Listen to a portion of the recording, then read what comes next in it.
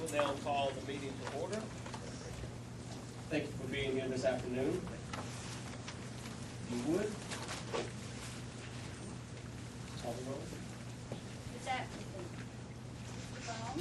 Here. Mr. Hargett. Ms. Hayes. Here. Mr. Isaac. Here. Mr. Johnson.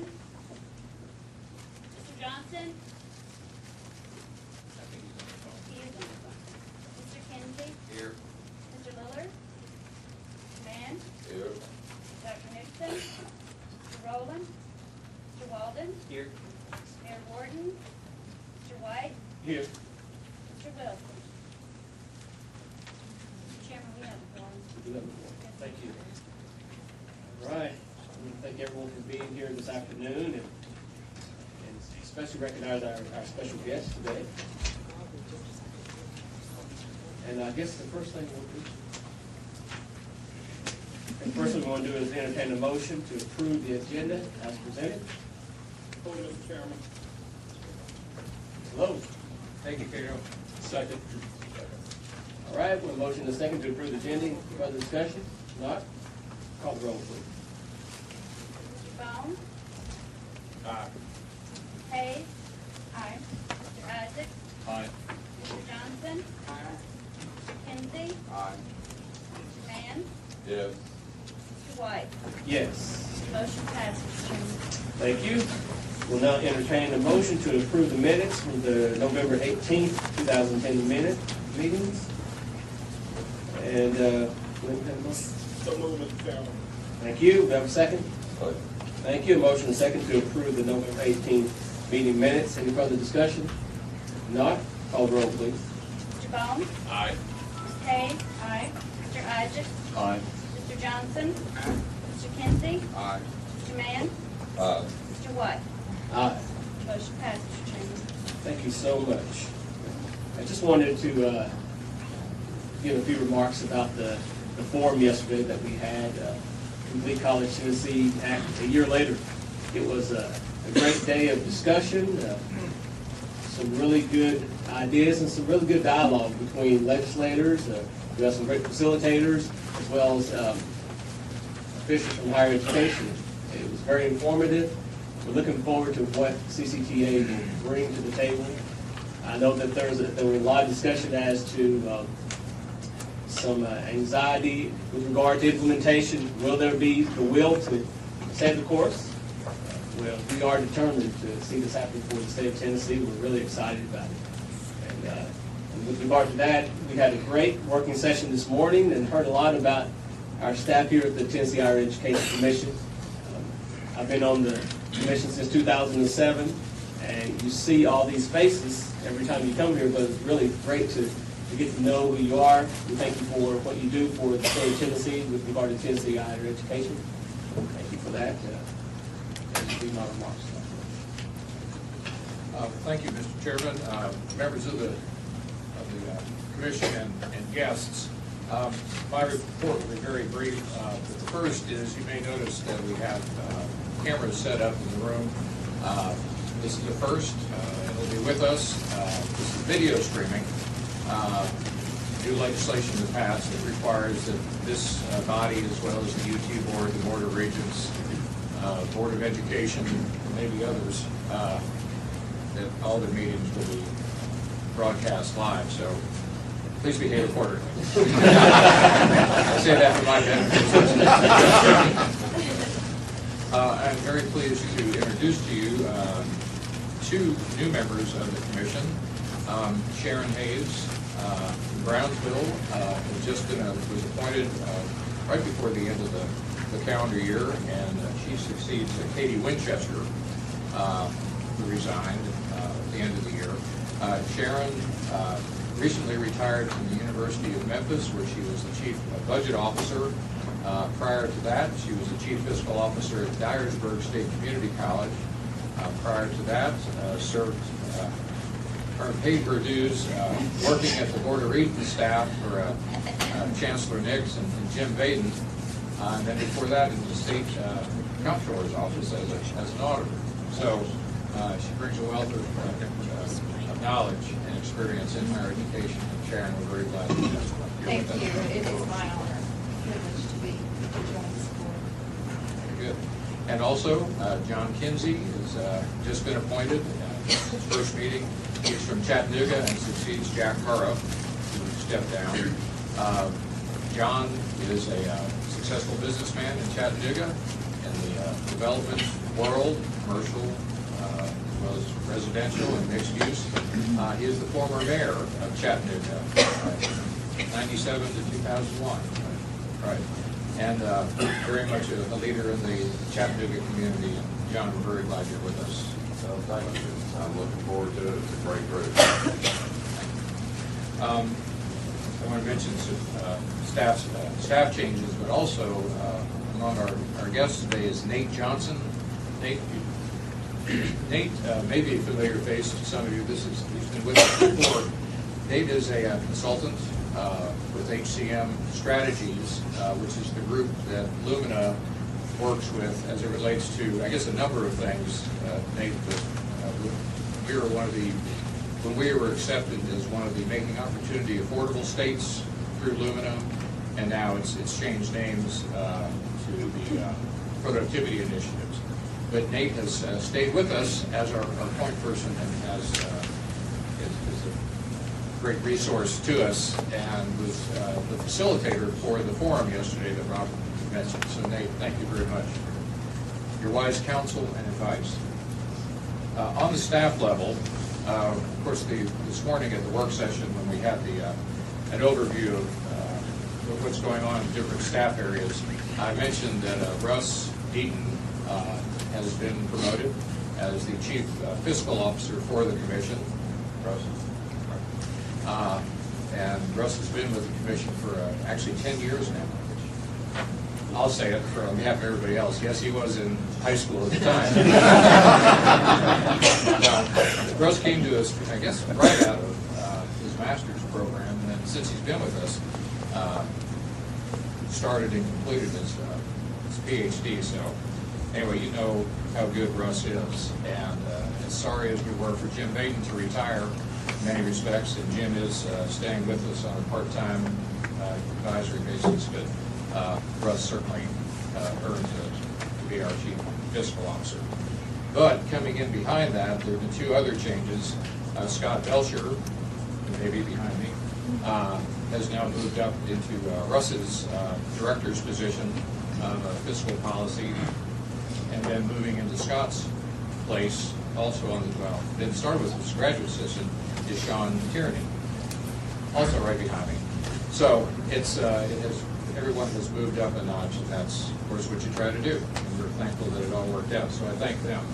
Also, we have a new member of the staff. Tricia Jackson was here earlier. There she is, back behind the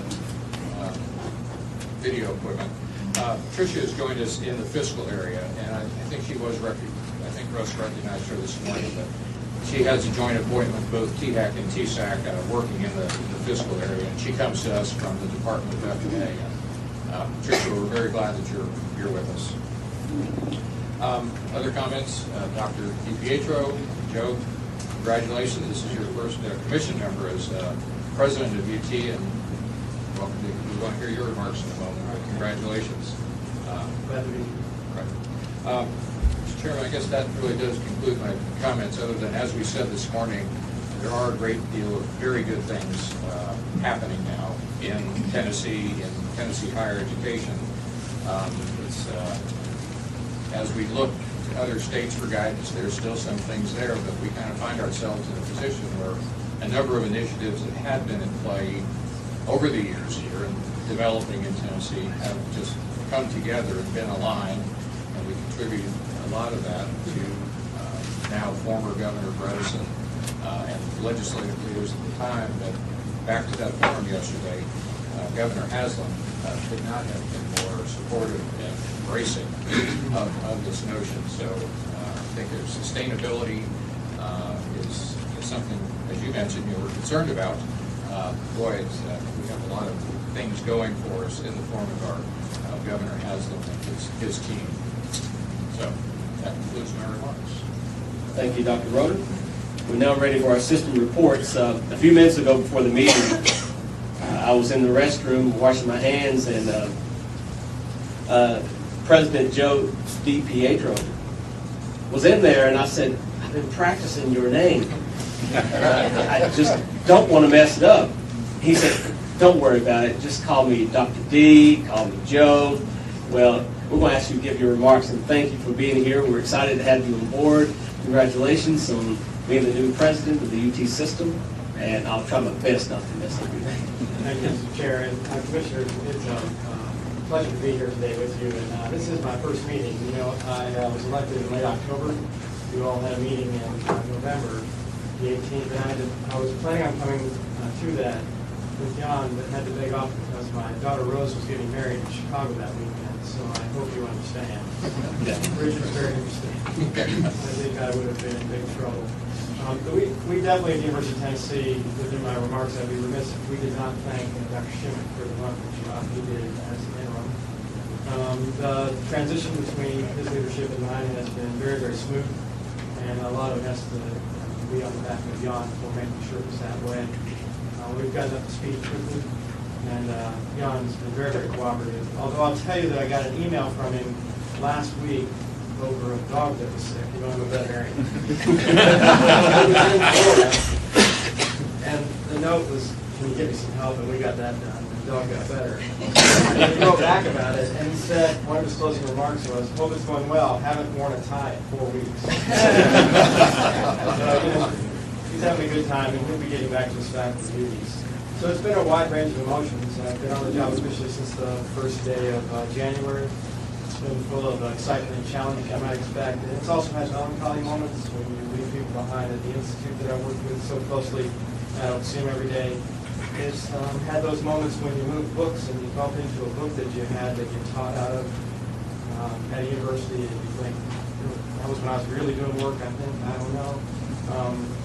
And then you bump into some research data that you came across that you just can't have the heart to throw away, so you stick it back in storage again, thinking that it might come in handy someday. It's had those whimsical moments where you realize your office is cold, if the sun isn't shining, but really warm if it does. And we've had a great first 3 weeks. A lot of things we're doing in the first 90 days are to get out and see and hear people. And we've done a lot of that. We've been all across the state initially, and the welcome was warm, and we are getting to know the campuses and institutes. I've made visits to all of them, and several times. And, you know, we've got a a view that each one of them is independent, each one of them has a special place in our system, and the system president needs to be able to understand them deeply and intimately so I can best advocate for their needs. We've had a real focus, obviously, on Knoxville's Top 25 initiative, and we will continue to work with Knoxville in that regard. Chancellor Chief's doing a great job. We have aspects of Chattanooga and Martin that we will be doing gap analysis on in a similar fashion. Chattanooga is a little further along in that process than is Martin. And the Institute of Ag will be doing it as well. So they too can have aspirational goals. And the journey is important is getting there, as you all know. And so I think it's good to have goals and to set them high and drive people toward that goal. But the Health Science Center has been a major focus in the last, during the transition period, probably the last 60 days or so, as well as in the future. I've been there 5 times rather, more than 5 days actually. And you know, if you look at that place, one of the things that struck me is if you get sick in Tennessee or you need to help with a health professional to keep healthier, likely 3 out of 5 of them trained there in one way or another, and depending on the discipline. For example, dentistry is probably closer to 4 out of 5. So it doesn't matter whether you're in Johnson City or you're in Memphis or you're in Paris Landing down in Polk County. That place means a lot to us from the standpoint of keeping healthy. We need to make sure we have a vibrant health science center, and it's going to be a major focus by presidency to work with them to improve their research productivity and continue to produce top-drawer health professionals. And they do a very good job of that already. But the research part of their portfolio needs to improve, and Chancellor Schwab's got an approach for that. We've really got to drive this Oak Ridge UT partnership with any component of the system that feels they have an opportunity there. And I've been working with leadership there. I know them quite well from the Boswell's initiative we had in the Institute of Agriculture, so I feel like I have a leg up with them. We definitely are happy and pleased that our Education Commission helped us get the SIRA program up and running, the Center for Interdisciplinary Research and Engineering, and helped us get the Energy Science Engineering PhD program, I think, approved in record time. Right? We're very appreciative of that. And we know that that's off and running. We've got faculty who are now part of that center. They come from THEC, and they come from the Institute of Agriculture and Oak Ridge National Lab. It's a collaborative program. We're now currently reviewing 95 applications for 20 graduate assistantships who will begin this next fall. So we're fast on the way to driving that program forward. I don't think there would be a president anywhere in the United States that would almost kill to have a national lab of that caliber that does research like Oak Ridge does, and have the institutes tied to the institution, the joint institutes that we have at Oak Ridge. So it's a very good thing that we have that lab there, and it's a great relationship, and it'll help us get to where we need to go. We're very, very supportive of the Complete College Act. John and I have talked over and over again. One of the great things about this job is the fact that John and I know each other previously. We will work together. We will stay in contact, and I think it's a good day in Tennessee because we have a real transition here from the standpoint of we've got the College Act, we've got the reform bill going on, we've got the opportunity with, he's been a little longer in the tooth than I have in his job, to forge a partnership and with Rich's help and the commission to push this state forward when it comes to higher education and the ultimate goal of producing more degreed students and credentialed students over time. We've got our universal transfer paths taken care of. 40 majors have been identified, 36 have been completed. The 40 programs cover the vast majority of programs transferring students to pursue at UT, and we complete all of those by the end of the spring this year. Campuses have stepped up their advising and support services and have implemented procedures to increase retention and keep students on track toward graduation because of that act, because it's the right thing to do. All remedial development coursework will no longer be on the books at the end of this semester at UG campuses, and we'll be working through that. The last 3 things I would tell you are all about funding. So the first one is lottery scholarship. I'm in favor of modifying that program so that it can support summer school students. We think that would help us have students matriculate through the program more quickly. So we'd like to see that happen. We think it would also obviously increase graduation rates, but also retention. So we think that's a key item. We support the new funding formula. We realize that within our system and within Russ's model, we saw this morning there's a working session. And by the way, the working session this morning was very good for me because it helped me get up to speed with other components in THEC. I appreciate the staff doing that.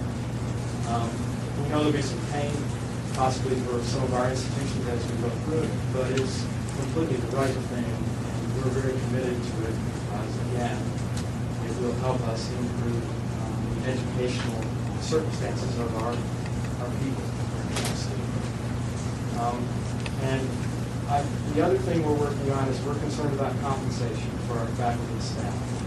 So last year we implemented a compensation advisory board that's taking a holistic look at compensation across the entire UT system. It's a broad-based board. It's got components from all the campuses and institutes. And they'll be looking at developing a 5-year plan for compensation and recommending to the president where we need to go.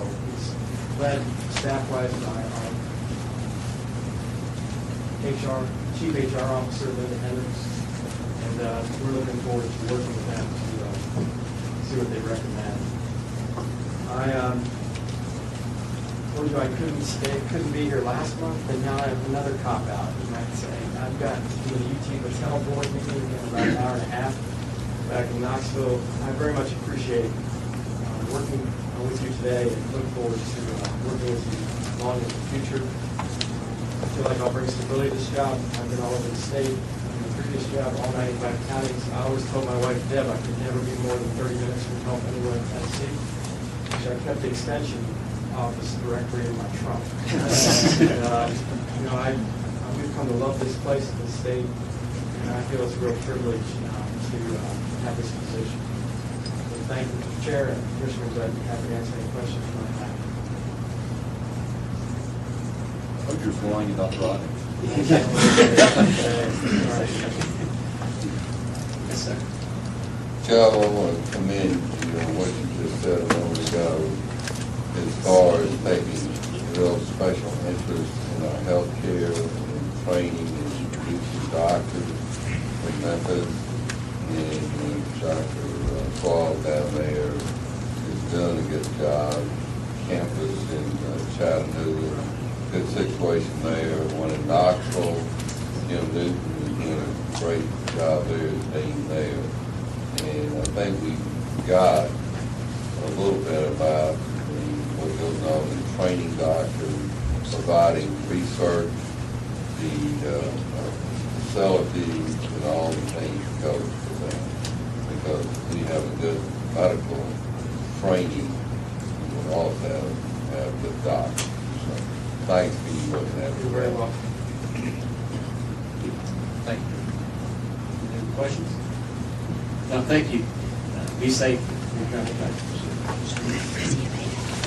All right, this time we'll ask Chancellor Morgan to give us an update. As the veteran system He did something. Thank you. And by the way, our comptroller will be here this afternoon at the meeting from the University of Tennessee. All right. Thank you, Mr. Chairman. I'll try to be brief, but I know we're on a schedule and we have to join meetings coming up here at 3 o'clock. But before I give a little bit of a system report, I would like to take just a moment to introduce an extraordinarily special guest that we have with us. As Chancellor of the Board of Regents, one of the things that I have learned very quickly that you're expected to do is to participate in leadership decisions about our institutions. As you all know, Dr. Johnson retired as president of PSU effective December 31st, or January 1st.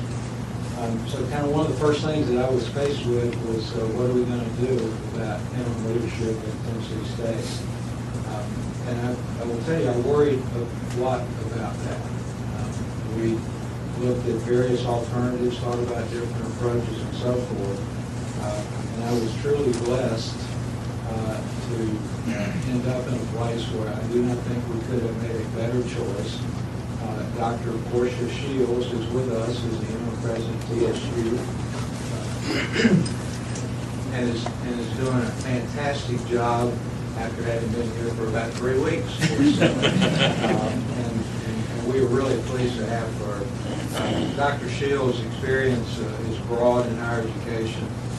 Notably was president of Albany State University in Albany, Georgia, for several years, and took that institution from being 32nd out of 35 four-year institutions, if I recall the numbers correctly in terms of retention, to being the third best in the state of Georgia in terms of public universities and retention.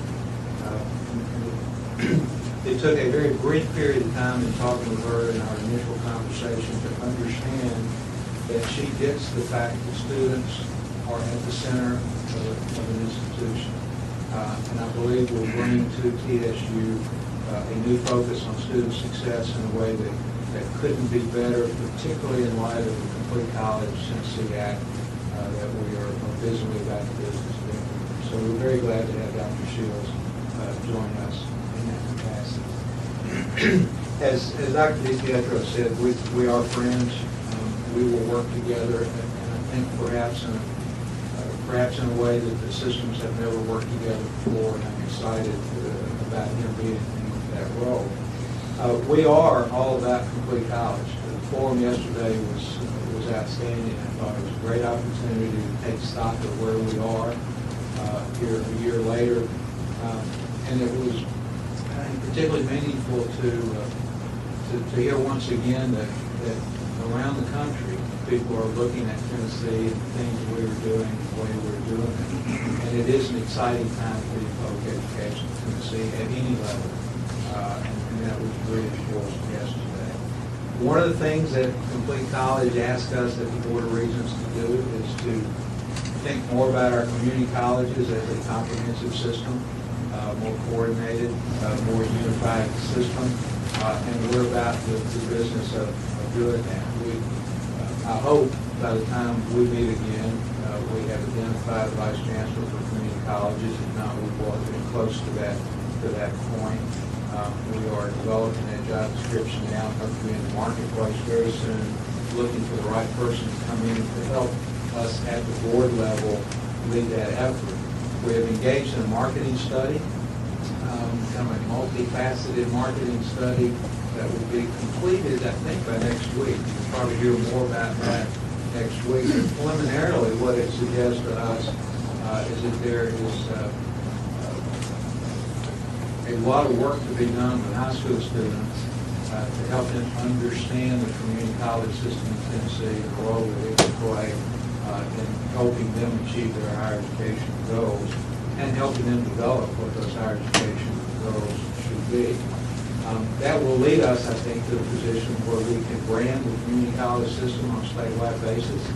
And that brand will mean something. It will mean quality. It will mean access. It will mean the right place for many students in Tennessee, both high school students as well as adult learners, to really further their higher education experience in a meaningful, effective, high-quality way. One other thing that I will mention to you that is pretty exciting for us, we were chosen, Tennessee Board of Regents was chosen to be part of the second cohort of the Education Delivery Institute. The Education Delivery Institute is a program that was started a little over a year ago, I suppose. I think it's about a year ago, about a cooperative effort between the Education Trust and Achieve. Achieve, you know, is the organization that sponsored the movement toward the American Diploma Project in Tennessee. Has been very active in that role. And Tennessee is one of the states that is working with Education Delivery Institute in K-12 environment. So we are now one of the states, I think there probably are 12 states now, Paul, is that right? 10 or 12 states now that are part of the Education Delivery Institute's Higher Education Initiative. Really what that is about is helping us, giving us not so much money, but resources in the way of expertise to really help focus on delivery. How it is that we need to structure our approach to delivering on the reforms that we have promised and we have been tasked with by the state. It's called deliverology. Calling Sir Michael Barber, maybe AT, if not VP, Cabinet Minister in Tony Blair's administrations in Great Britain, developed this approach to really trying to establish clear accountability for delivery. And he has brought that concept, working with McKinsey and some other philanthropic, McKinsey and in addition philanthropic organizations, to really bring that idea to the United States in an educational context. So we'll be one of the states that are practicing deliverology. I hope to be able to tell you more about that as I learn more about that. Dr. Lindy Thompson, who many of you know, will be heading up our delivery unit. And we'll be working very closely with Corey Curl in the Department of Education, who is heading up the K-12 delivery unit. And it gives us an opportunity, I believe, to really see how we can work together as an integrated system from preschool all the way through higher education opportunities to really deliver what the state needs. That's what we're doing. Thank you so much. Questions for Chancellor? Go right ahead. John, let me just share with you, Monday, I went down to Lewisburg, and 21 nurses graduated that night, and they're based out of Pulaski, I believe, which is tied into Columbia State. But anyway, this lady lost her job. She was 58 years old. She didn't know what she was going to do, and she was encouraged to go into the nursing program there. And what was so tremendous to me was that here a person at that age didn't have a job, but she took the opportunity with a huge demand for nurses in the state of Tennessee, not only the state of Tennessee, but it provided her a way to make a living, feel good about herself, and then give back to this state. So I commend you. And Charlie, I appreciate you saying that. And I would recommend to all of you, if you want to know, if you really want to feel what this is all about, and how what we do makes differences in the lives of Tennesseans, go to one of our community colleges, go to one of our technology centers, talk to the students there, and you'll come away understanding why it's so critical that we be successful. Any other questions? No, thank you so much. Okay, we're now ready for our action items. And in 1A, we'll ask Dr. Linda Durant to come up to discuss academic policy revisions.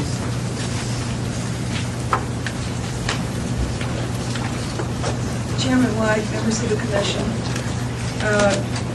you have in your agenda materials the proposal to modify two academic affairs policies regarding the development and approval of academic degree programs. The reason for the policy revision at this time, reasons really.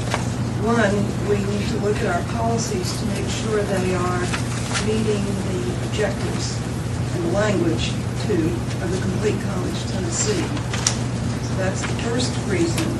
The second reason is to recognize the need to look at degree programs and certificate programs of 24 hours or more on probably a more frequent basis than has been the case in the past. The current policy before revision required that the Commission entertain program approval only twice a year, in January and July. In January of 2009, the Commission determined that during the period of budget reductions and in anticipating the development of reform legislation, that programs would be approved through interim action, through Dr. Rota's judgment, During those years, 2 years, the systems brought forward only those programs with highest need, and laid a rationale for compelling need and the availability of resources generally outside or external resources. That process worked very well. The Commission was very responsive to interim action to the approval of workforce development-related associate and certificate programs. The process now, though, we are recommending for your consideration is for you to hear programs at every commission meeting to allow more flexibility and more immediacy.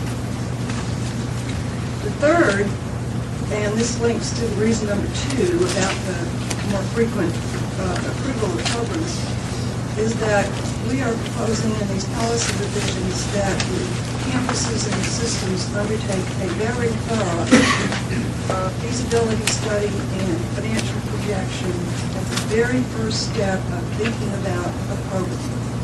That is to say, right before the institution pushes forward with program development, that institution has a very clear idea of program need, how it fits into its mission distinction, and if the resources are there for the commitment. That should only help the institutions in assembling the kind of data that they would use in making these decisions. The Commission has put on the website a whole array of data that would suggest supply and demand in high-need fields, would suggest the productivity of existing programs at that institution. The institution has more load producing than it probably wants, and that's the evidence is there. So we are introducing that idea to be concurrent with the change in the approval calendar for academic degree programs. These changes, which are included in your materials, have been reviewed by both systems. And we have incorporated those suggestions that have come forward from both the TBL and UT. Mr. Chairman, staff recommends approval. Thank you. Any questions?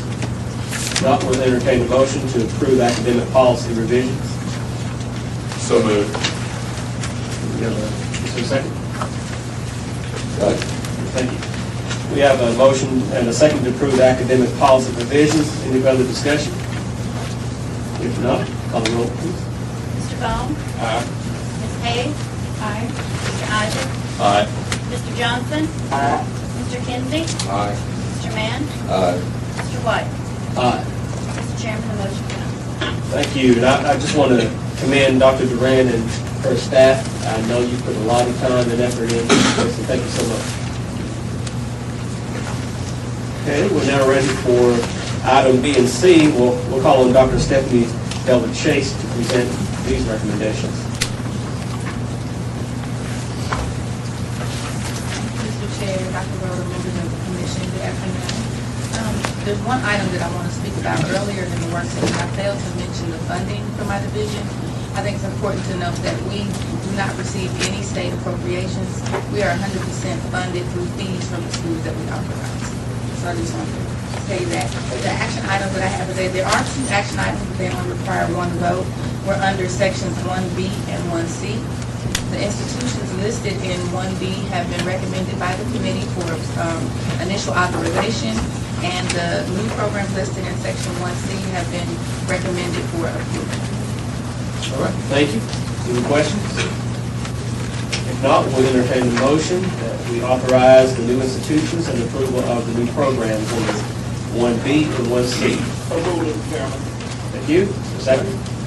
And we have a motion to second for that approval. Any further discussion? If not, call the roll, please. Mr. Baum? Aye. Ms. Hayes? Aye. Mr. Isaac? Aye. Mr. Johnson? Mr. Johnson? Aye. Mr. Kinsey? Aye. Mr. Mann? Aye. Mr. White? Aye. Motion passed, Mr. Chairman. All right, thank you. We're ready for 1D, the University of Tennessee Martin Campus Master Plan. Dr. Russ Beat will come. Mr. Chairman, Dr. Rhoda, members of the commission, this morning we've heard from Marion Folks of Centric Architecture regarding the UT Martin Master Plan. It included, of course, improvements projected to the campus, including the Joseph Johnson Engineering and Physical Sciences building, changes to student housing, as well as land acquisition plans for the short and long term. We heard a detailed presentation this morning and recommended your amount for approval. Thank you. Any further discussion about the master plan? If not, we'll entertain a motion to approve the University of Tennessee Martin master plan. Mr. Chairman. Second?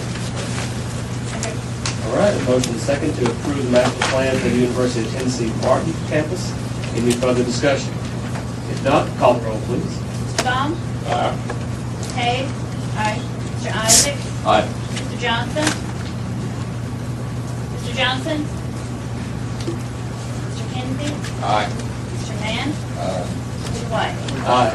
Motion passed, Mr. Chairman. All right, thank you so much.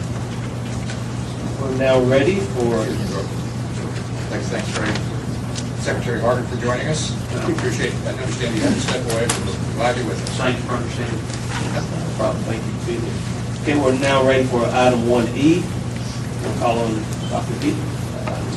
Item 1E in your packets is the October 31 revised budgets for the 2010-11 year. I won't go through all the tables, but I'm going to point out some details for your consideration. First table details the operating reductions higher ed has experienced the last 4 years. In sum total, it's a 21% decrease in state appropriations. Try to get the mic better for us. That, of course, does not account for the American Recovery and Reinvestment Act money. About $300 million has been in the system the last 3 years that is scheduled to go away this fiscal year. So beginning July 1 this year, the 11-12 budget year, the federal ERA money will no longer be in here and we'll be back to the lower recurring base. The data, of course, also includes fee increases for the current year, which average between 6 and 8%. You also have a table that details athletics expenditures, which did come down in some cases, reflecting budget reductions that were made across institutions. Mr. Chairman, I would recommend these budgets for approval, and that any technical adjustments, the executive director have authority to make those transmitted to the finance administration. Okay, thank you.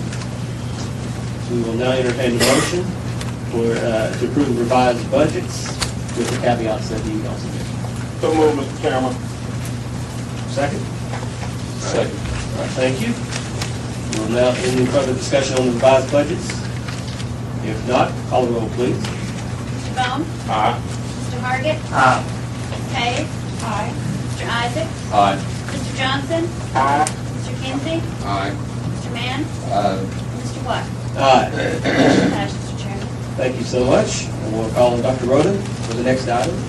Thank you, Mr. Chairman, members of the commission. This is the last action item. This is, we're asking and recommending that you confirm Sharon Hayes as a member of the audit committee, which is a joint THEC audit committee. You may recall at the last meeting, last couple of meetings, we have revised the provisions in the charter for the committee, the composition, and it's now stated where there'll be 5 members total, 2 or 3 from each of the respective organizations, and that would vary as vacancies occur. So, Katie Winchester was a member of the committee. She has stepped down, and that leaves a vacancy on the committee for a member of this commission. And given Sharon's background and her newness and not wanting to turn this down, she has agreed, enthusiastically agreed to be a member of the committee, and obviously her background. I move to confirm the appointment of Sharon Hayes to the audit committee. And we've got motions and seconds, although we like it. Okay, surely no further discussion before we change our mind. Call the roll, please. Mr. Baum? Aye. Mr. Hargit? Aye. Ms. Hayes? Do I vote on this? Oh, please. Aye. This your last chance to object. Mr. Isaac? Mr. Johnson? Mr. Kinsey? Aye. Mr. Mann? Yes. Mr. White? Yes. Motion passed, Mr. Chairman. I should note that I haven't talked with him yet, but I will be approaching Claude Personnel to be the chair of the audit committee. Thank you. Consider yourself a pro. You just found No pressure in public like that. You know, it's video streaming and everything. Thank you so much, Dr. Rowe. Okay, we're now ready for our first information item. We'll ask Dr. Linda Duran to come up and present this item for academic program review.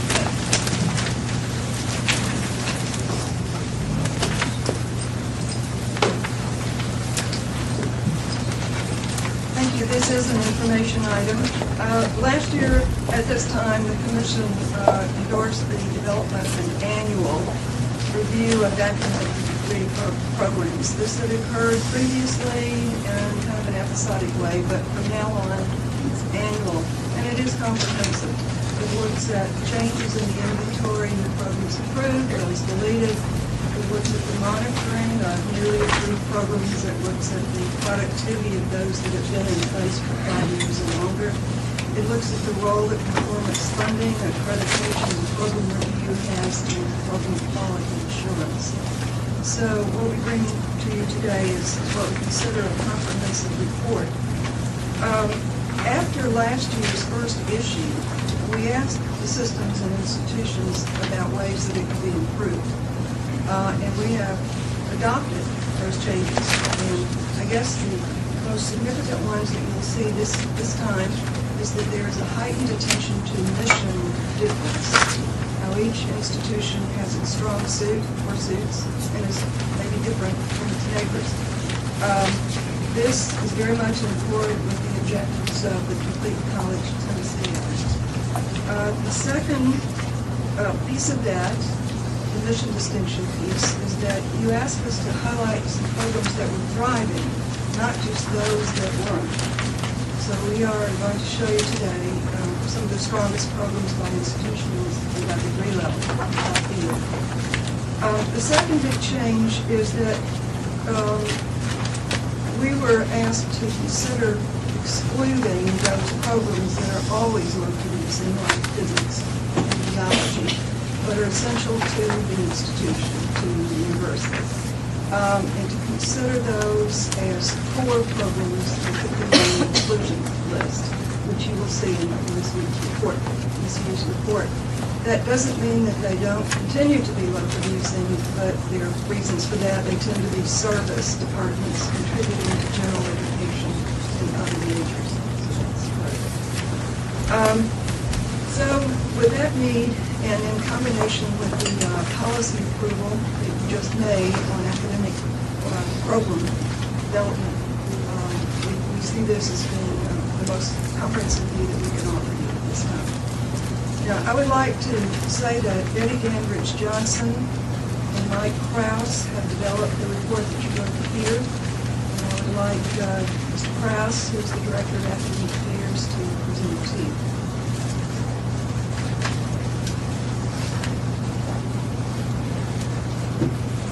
Chairman White, members of the Commission, we'll start off and we'll be moving chronologically through the agenda item by discussing our new program approvals and termination. This past year found 32 new programs approved and 37 programs terminated, so that gives a net change of 5 programs. The important things to discuss: new program approvals happen predominantly at the associate level this year, and why that's important is at our associate and certificate level, those are our most agile programs that are most responsive to local workforce needs. So we think that tells a fairly strong story about the new program approvals that took place this year. Of our doctoral programs that were approved, 3 of those were in the doctor of nursing practice field, and that's really emerging as a workforce necessity. The lowest credential that is going to be accepted for advanced practice registered nurses will soon be the DNP, and as such, we did approve 3 DNPs this past year. On the termination side, we had 37 programs terminated. The majority of those were in the education field, and a very large block of those occurred at UT Martin. Many of our education programs we'll discuss a little bit in a minute are actually a bachelor's in education is obtained by taking a multidisciplinary studies track. UT Martin got rid of several existing secondary education programs, and that consisted of the bulk of the terminations. So moving from our new programs and our terminated programs, we'll discuss the monitoring of programs that were approved in the past. When a new academic program is approved, it enters the post-approval monitoring cycle. For bachelor's degrees, master's degrees, and doctoral level, they are monitored under what we call PAM for 5 years. At the sub-baccalaureate level, they're monitored for 3 years. During this year's cycle, we had 79 programs monitored in total. And you'll see at the state trend, the majority did not meet benchmarks. Of the 79 programs, 36 met benchmarks, 63% failed to meet benchmarks. One thing that's important to note here, many of these programs, and you will find them duly marked in the PAM appendix, did meet either graduation or enrollment. So we did have, I believe it was 34% of the programs, they met one of the benchmarks, and that indicates to us that that program is on a glide slope to success and will become productive. But we did have a substantial number that failed to meet either benchmark. Take a look at the system. UT had a total program monitoring of 26 programs, 58% of which did not meet benchmarks and 42% of which did. TBR universities, we had 32 monitored programs, 66% did not meet benchmarks, 34% did. And then TBR community colleges, with the total monitored number of programs of 21, we had one delayed program, which represents that 5%, 33% met benchmarks, 62% did not. The biggest thing to take away from the PAM cycle is this is a cooperative process. We're fully engaged with the systems, talking almost on a daily basis at some point, exchanging information. Again, I would urge you to look in your appendix if there's a program of interest. Did it meet PAM benchmarks? There's a very good chance it did meet one or the other, and we certainly have any details that commissioners would be interested in on those programs. Once a program completes the PAM cycle and becomes a mature program, we then monitor it under low producing. The criteria we used are nationally recognized criteria, and that is that program produce an annual total of 10 graduates over a period of 5 years for bachelor's and associate programs, an average total of 5 graduates over 5 years for master's programs, and then an average annual total of 3 graduates over 5 years for doctoral programs. As Dr. Duran mentioned, one of the very significant things we did this year, we were in a situation where year in, year out programs such as philosophy, physics were perennially low producing. Those have been excluded this year, and the results were significant. This time last year, there were 214 programs in Tennessee that were low producing. As I stand before you now, there are 168. That is a substantial reduction that can be attributed first and foremost to the systems taking rigorous action to terminate programs that are low producing. Second, I do believe the exclusion of core 6 absolutely made a difference, and you'll find those also available for review in the appendix. And the result is probably a more realistic view of which academic programs in Tennessee are legitimately low producing in terms of graduates. And those are all laid out in Appendix C for review by individual program. But the big picture story is 15% of our academic programs statewide are low producing, and that is the result. Another question that was previously posed and that we heard was, we constantly hear about low producing programs, but which programs are producing, which programs are successful and vibrant. And so we sought to answer that question in 2 streams. The first was the broad academic field across the state. Where are we producing graduates at each level? And these are extremely broad fields, as we'll see. On the doctoral side of things, and it's very important to note, this excludes our first professional doctorates. So these are not MDs, JDs, DBMs, etc. You'll see that health professions was by far the most productive field. Education is a close second, and then engineering is also in one of the top 5, and I think that's important to note, especially with all of the recent STEM focus. Master's programs education is overwhelmingly the most productive program. This is no surprise given our large number of master's programs who are educating teachers and equipping teachers to become administrators and supervisors. But you'll also note again that health professions remain strong even at the master's level. Our bachelor's programs, we have a bit of a shift. Business management is, of course, an extremely popular field at the undergraduate level. That is reflected here. I would also note health professions remain strong, and given our earlier discussion regarding that necessity in the state, this is probably an encouraging trend to see. I'd also like to point out when we see multi and interdisciplinary studies on the slide, that is a reflection of education. Those are students who are obtaining teacher credentials. The associate level also presents an interesting trend, and that is that liberal arts and science is leading to production. When we talk about that in this context, we're talking about the university parallel. These are students who are intending to transfer to a four-year institution. And we see that it's by far the most productive. In fact, it actually totals almost every other degree program. It's very substantial, but of course our mission of equipping nurses and other medical professions at associate level is important. We also thought it would be interesting in context of the mission distinction conversation that's continuing to look at each institution using THEC SIS reported graduates data to determine at each level where did institutions produce, because we think this really is a natural commentary on what this institution's strengths are. And I'll leave that up for your review. You'll notice that two-year campuses are not included. That is because at every single two-year campus, with the exception of one, liberal arts is the most productive program. Jackson State is the exception, and they produce more health professions than any other. Any questions on this slide? We thought this would probably be one of the more interesting slides. It certainly presents where the universities are producing their graduates at.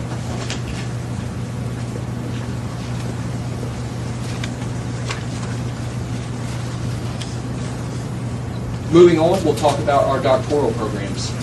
We have a special section of the agenda item you'll find that's devoted solely to examining the health of the doctoral programs across the state. And the reason that that garners such special attention, there's really four reasons. The first one is the rather large startup costs associated with doctoral programs, the large number of existing doctoral programs, the large number of doctoral programs that are low producing, and also our striving to eliminate unnecessary duplication in those fields. And what I'll point out to you is that 46 of the current 121 doctoral programs in the state are either low producing or new. Repeat that. So out of our 121 doctoral programs, 46 are either new programs or are currently low producing. Of the 91 doctoral programs that are mature, they've been in operation more than 5 years, 17 of those did not produce an average of 3 graduates per year. And in fact, 3 programs did not graduate any students, and 15 programs awarded only 1 degree. So those are areas of work. Finally, in our last section, accreditation and program review. Within our performance funding structure, universities are required to review their academic programs and make assessments. This year, there were 556 eligible programs to be reviewed for accreditation. All programs are accredited with the exception of 27 newly operating programs and 2 programs where the institution did choose to not seek accreditation. And of the 100 academic programs that were evaluated holistically under this model, 89% of all standards are satisfied. So, are there any questions about this enormous stream of information I've just spat out? Thank you, Chairman. Thank you, and thank you again for the great work. All right. We're now ready for, I always look forward to this next item. We're going to get an update from David Wright about the lottery scholarship. Annual report. Thank you, Mr. Chairman, Dr. Rhoda. Actually, I'm just going to introduce Takashi Yanagira, who's our research director in the lottery area. By doing so, I'll just reiterate the fact that TSAC and THEC sort of play dual roles when it comes into administering and evaluating the lottery scholarship program. TSAC administers the program. They keep track of where all the dollars and students are going. We evaluate the outcomes of those students. And every year, every January, we have to produce a report for the legislature that, according to statute, is to include but not be limited to student success and scholarship renewal. So in presenting this report, we always want to acknowledge our data partners, TBR, TCUA, and TSAC, too, that provide us with access to information off of the free application for federal student aid. That's how we're able to get a lot of things like adjusted gross income, students' expected family contribution in order to be able to pay for their college expenses. And so bring that all together and do an annual report every year. As I mentioned at the work session this morning, however, we faced a challenge this year in that the Complete College Tennessee Act necessitates reporting on end-of-term enrollments. And so to reduce the reporting burden on the institutions, we decided not to collect data at the middle of the term as we have in the past. And then once again at the end of the term, rather we're just going to have one mega file that we're asking people to submit. For instance, our fall 10 data will come in just about now. We're expecting it any day. Therefore, we didn't really have new data to report as we normally would. Once the new data come in, we'll do our regular annual report sometime in March. But for now, what Takashi has done, he's compiled 4 white papers that he's written throughout the year. And so it's resulted in, I think, what makes a nice little package. The first one will be on the provisional rule, the new provisional rule that was instituted in 2008, and the 2.75 GPA for 2 sort of easing of renewal requirements that happened in the 2008 session, and now we have some data on how those are affecting students. As a look at the new look that we did this year was looking specifically at the high achieving students in the General Assembly Merit Scholarship Program or the GAMS program. And finally, the first look that we've ever done at affordability for students of various income levels attending the institution and how those aid packages look. So Takashi is going to hit the highlights of those 4 segments. Thank you, David. Good afternoon, Mr. Chairman and Dr. Roda and commission members. I'm Takeshi Yanagiura. I'm a research director for the THEC, and I'm here to give a brief presentation on Tennessee Education Scholarship Special Report, which is to be released this week after this meeting, and the full report will be available on the website.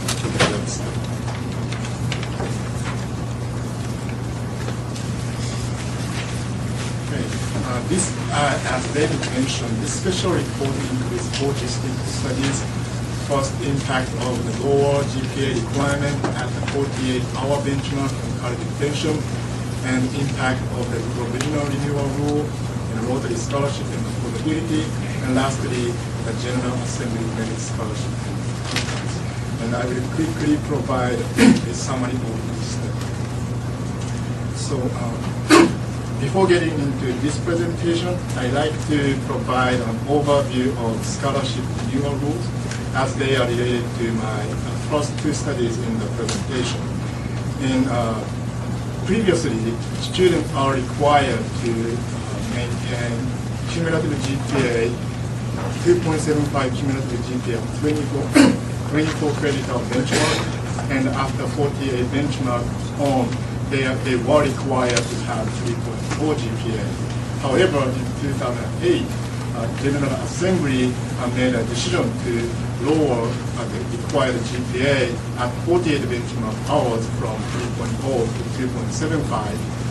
And then also they made another rule which is applicable to scholarship recipients at 72 benchmark or higher.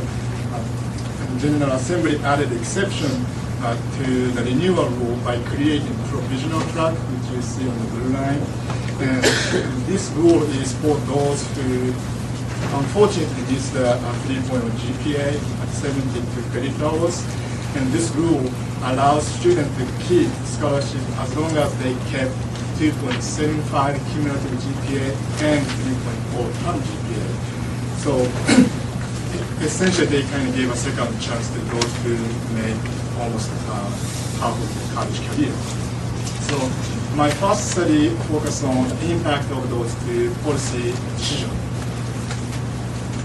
And first, I'd like to go over the impact of the lower GPA requirement at 48 benchmark levels on college retention. And main findings are, for last 2 years, approximately states spent $67 million for roughly 1,500 students for 2 years. And those 2.75 beneficiaries accounted for roughly 10% of health students with 48 to 71 credit hours. And those beneficiaries had a higher enrollment share of male, African American, and low-income students. They are traditionally underrepresented in the health program compared to regular recipients. And their 4-4 scholarship renewal rate was 55% as a state total for fall 2009 first-time 2.75 beneficiaries. And this is quite low as compared to health overall student. So using a logistic regression, I estimated the predicted chance of retention in the next cohort of 2.75 beneficiaries and analyzed how their retention chance improved as a result of receiving scholarship. And this retention includes, particularly for two-year students, it doesn't include transfer or receiving associate degree as well. And then this study is applicable to just public institutions. And this bar represents the chance of retention for 2.75 beneficiaries before receiving lottery scholarship. So as you can see, the chance of retention varies by type of student. Like a low-income student attending two-year institution, the likelihood of coming back to school next fall is 65%, which is lower as compared to like a mid-high-income student attending four-year institution, whose likelihood of retention was around 92%. So, and as a result of receiving scholarship, our statistical analysis estimated that their chance of retention improved 11 to 3% depending on type of student. And so I think we can say that revised GPA rule had some impact on college retention, though the impact may be slight. And then lastly, I want to show the actual expenditures for 2.75 beneficiaries for last 2 years. So mid-high income student at four-year institutions, we spend approximately $8 million, $7.5 million. Meantime, for low-income student attending two-year institution, Tennessee spent roughly $1.3 million. So the majority of 2.75 beneficiaries are mid-high income student attending foreign institution who would have continued their education without scholarship program. So next, I'd like to move on to our next study, which is the impact of the provisional renewal rule. And in 2008-9, Tennessee spent extra $2.9 million for roughly 1,200 students. And 09-10, the number of recipients have increased to 1,700 students, and then that cost the state extra $4.3 million. That represented roughly 1% of the entire budget. And the 409, those provisional recipients accounted for 6% of health students with same credit hours. And then, as we have seen in the 2.75 beneficiaries, those provisional recipients also have a higher enrollment share of males, African American, and low-income students as compared to non-provisional recipients. And then for this provisional rule, students can enter the provisional track, not only 72 credit hours, but 96 and 120 and on. But what we found out is half of the provisional students enter the provisional class at 72 credit benchmark. And then lastly, the 4-4 scholarship renewal rate for those students was 49%, which is much lower as compared to regular health students. And then next study is on the lottery scholarship and affordability. This presentation intends to answer the following question, which is, how much has a lottery scholarship reduced student financial burden? And then to get to the point, the main findings are students from the most affluent families, they appear to have the financial ability to pay the total cost of attendance without the lottery scholarship. And then that scholarship dollars awarded for such students are roughly $90 million. So this graph shows how Tennessee students finance their education through their own income and the publicly available grant aids. So this chart doesn't include institutional aids or federal loans or private loans, and those are not included. And the students are grouped into 9 groups according to their adjusted gross income. And then this bar shows average expected family contribution. And then on top of that, average Pell Grant and TSAA, the state need-based aid, and this is lottery. And then those scholarship average include both recipients and non-recipients. So please note that this is not the average awarded amount to recipients. So it does, and then and then this is a total student resource, and then they are varied by income level, obviously, ranging from $7,000 for lowest income student to $38,000 for higher income student. And then this purple line represents the total cost of attendance for on-campus resident student, and that's the unweighted average for the TBR institutions. And this cost includes tuition fees, books and supplies, and room and board. And those data are retrieved from iPads. And what we found here is that students need to be in the AGI range of $84,000 to $96,000 or higher to have enough financial resources to pay the cost without unmet need. And this is for university, this is TBR universities, but so this is for the UT campuses, and pretty much we find similar findings. And for TBR community colleges, I show that there are two cost of average cost. This is total cost of attendance for student living with family, and the line above indicates the total cost of attendance for student living on their own. And then their cost is higher because the cost include living expense such as rent, utilities, and then compare those commuters, those who live with family, they need to have at least 60,000 to 72,000 AGI to have no unmet need to pay the cost of education. And the student living on their own appear to need to have $72,000 to $84,000 to pay the cost without relying on institution aids alone. And lastly, this is for private institutions, and not surprisingly, their average cost is higher than other sectors, which was around $27,000 for 2009-10, and the students need to be in the highest income bracket to have the enough financial resources to pay the cost. So, and we have seen that the lottery scholarship will pay to students regardless of their financial need, including students who have enough EFC to pay the cost.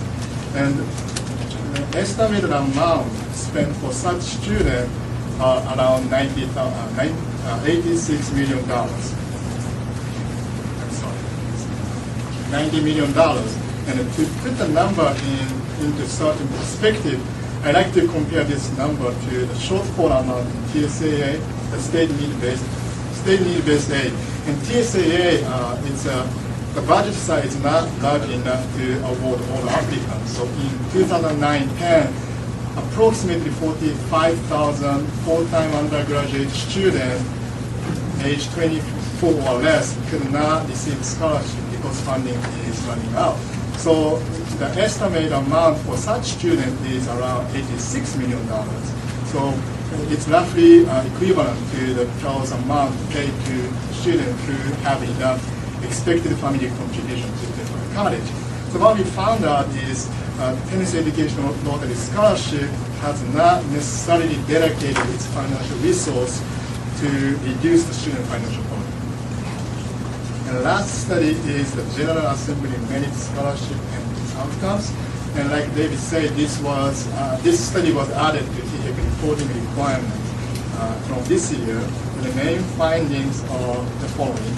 For 2009, approximately 1,400 students are young freshmen, which represented 5.2% of class overall freshmen. And then their scholarship renewal rate is very high, which was 90% compared to 55% for class overall. And the 5-year graduation rate for young students was 81% compared to 50% for class overall. And if we just look at the students who kept the scholarship until graduation, their graduation rate was still high at 73% compared to 33% for class overall. And then I look at other states with similar program, program for high achieving students in other states. And what we found out is the GAMS renewal requirement is relatively easier compared to similar high ability scholarship program in other southern states. Usually most of the southern states, they require at least 3.0 from the beginning to the end to maintain scholarship. But at GAMS, we require them to have 2.75 GPA at the first 2 years. So that's the reason why I say it's relatively easier. And lastly, we look at to what extent this GAMS program retain high achieving high school graduate at the in-state institutions. And what we found out is in fall 2009, 65% of high achieving, those who would be eligible for GAMS, high achieving public high school graduate enrolled in in-state institutions, and that we call market penetration rate, and that has been consistent for the last 4 years. And lastly, I just like to show the type of institution those high achieving students enroll outside the state. And this is the top 20 institutions for the last 4 years. University of Alabama is leading the group, followed by Georgia Tech and Auburn University. And as you can see, 17 out of the 20 institutions are in the southern states. So with that, I like to complete the presentation. But if you have any questions, please. Any questions for Dr. Shi? I'll let Dr. Shi be the person to answer this, but is there any talk to make a financial needs component as it relates to the lottery scholarship to kind of cure the disparity between the 90 million and the 86 million? Well, let me, I'll take it. Take it, Dr. No, initially, the task force that made the initial recommendations had an income cap in there that students and families with income, we had a figure of $100,000 annually, just would not be able to participate. And that didn't make it very far into the discussion. That cap was removed. And if we talk about it informally, if we have went through this process, and I personally would advocate that, but I just don't see the, I don't think there's a groundswell of support for that. The fact that we have a supplement, if you will, for income-based that serves low-income students is unique among the states, and that's much needed. But if your question, I just don't see it occurring. Anybody else on that one? Exactly. I would like to point out too, the students that can afford to pay that in-state tuition, they can generally afford to pay out-of-state tuition somewhere else as well. So the lottery scholarship to families that can afford to pay tuition provides incentive for them to stay in Tennessee and not go to those schools that are on the screen right now. So I think that we're seeing more of our high-achieving students stay in-state because of the lottery, even if they could afford to pay tuition or pay tuition elsewhere.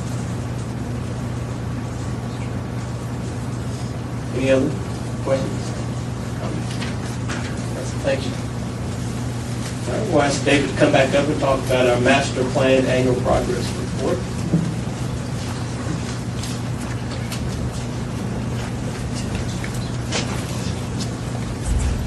I feel like Dean Martin. My job is just to set up the talent.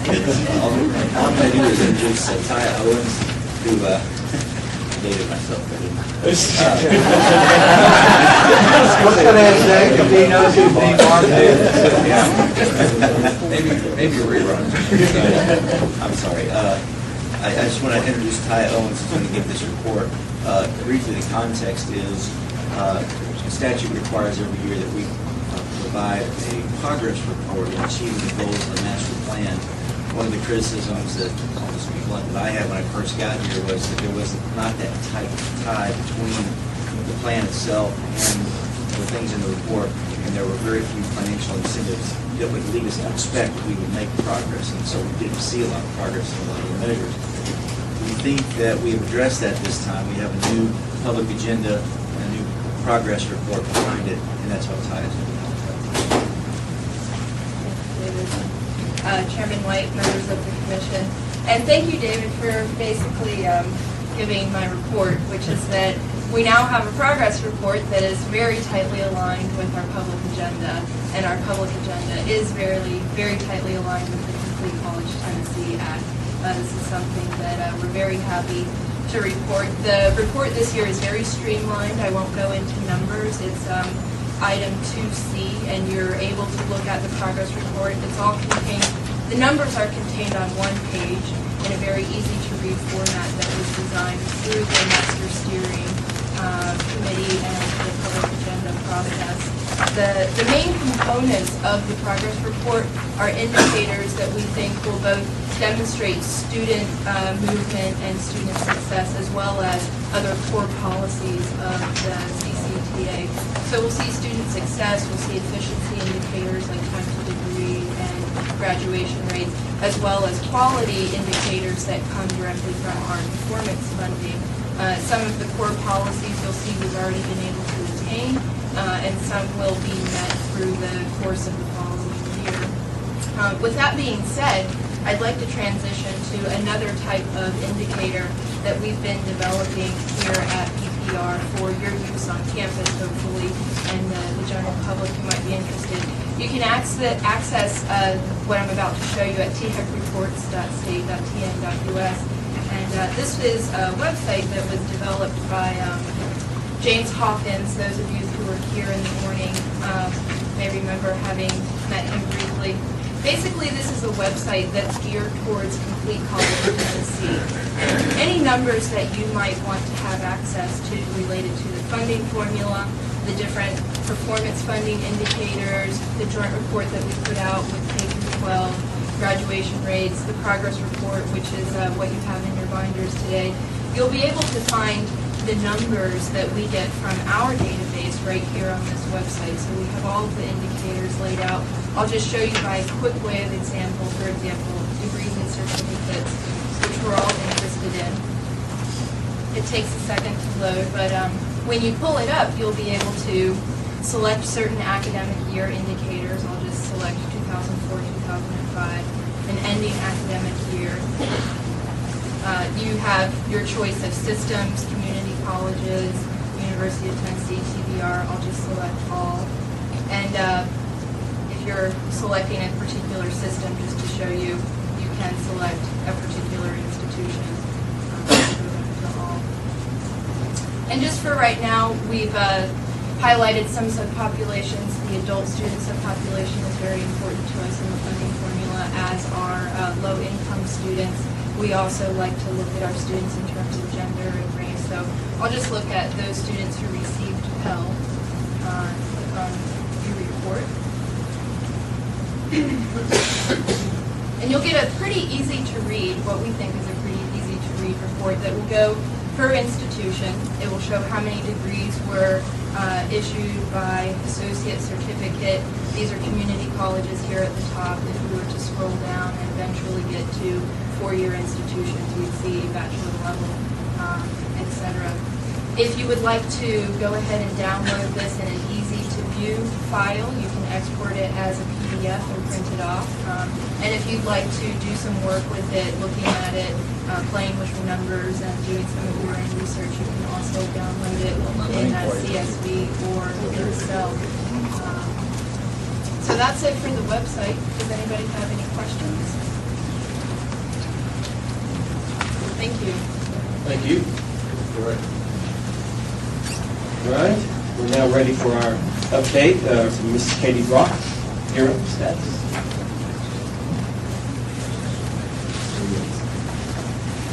Good afternoon, Mr. Chairman, Dr. Rhoda, members of the Commission. Actually, as I provided an update on the Gear Up Tennessee and Tennessee College Access and Success Network this morning, we'd like to take this time to talk in detail about the College Access Challenge Grant. And to do that, I'm going to introduce Troy Grant, who's the director of the College Access Challenge Grant in our office. And he's going to talk in detail about the CACG program, grant program, and really specifically about the rollout of our statewide college mentor program, which we're very excited about.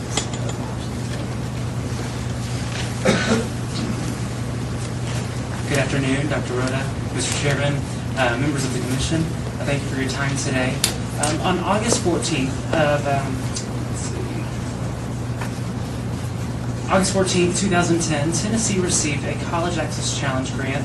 It's a $2.7 million grant in the form of a federal formula grant. It's a one-year grant that is renewable up to 4 years. The purpose of the College Access Challenge grant federally is to provide states with matching grants that allow them to foster partnerships between local, state, and federal government agencies with nonprofit organizations with the sole purpose of trying to increase the number of high-need, low-income students who are not only prepared to enter higher education, but also succeed once they get there. As you can see from the screen, our implementation of the College Access Challenge grant has two main components. The first of that is the expansion of collegefortina.org, which I'll speak to in a minute. Also, the larger piece is the College Mentor Corps, which is something we're very excited about. For those of you who aren't familiar with it, collegefortina.org is a college access web portal provided to all Tennesseans for free. It has college, career, high school, financial aid planning resources, along with a transcript component that's an electronic transcript that the high school counselors can use to send transcripts for lottery verification, for institutional admission. It is a resource for all Tennessee students centered around the idea of providing them the information they need to successfully transition into higher education. Using College Access Challenge grant funds, we hope to continue and expand the career exploration resources that are there, tying those careers available in the state of Tennessee to the variety of institutions that are eligible for TEL's lottery funds. So to do that, we are going to expand and continue the expansion of career exploration resources for middle school students, elementary school students, adult learners, while continuing the resources for high school students. Additionally, with an eye towards implementation of these resources, we are hiring 2 training and outreach specialists who will train across the state. They will train educators, college access professionals on how to use these resources to bolster college-going cultures in schools and in the college access programs that are currently existing across the state. We also hope to really look at our partnerships with the higher education community and the college access programming community across the state to ensure that these tools are being used to their fullest. Again, like I mentioned earlier, the largest piece of this program is the College Mentor Corps.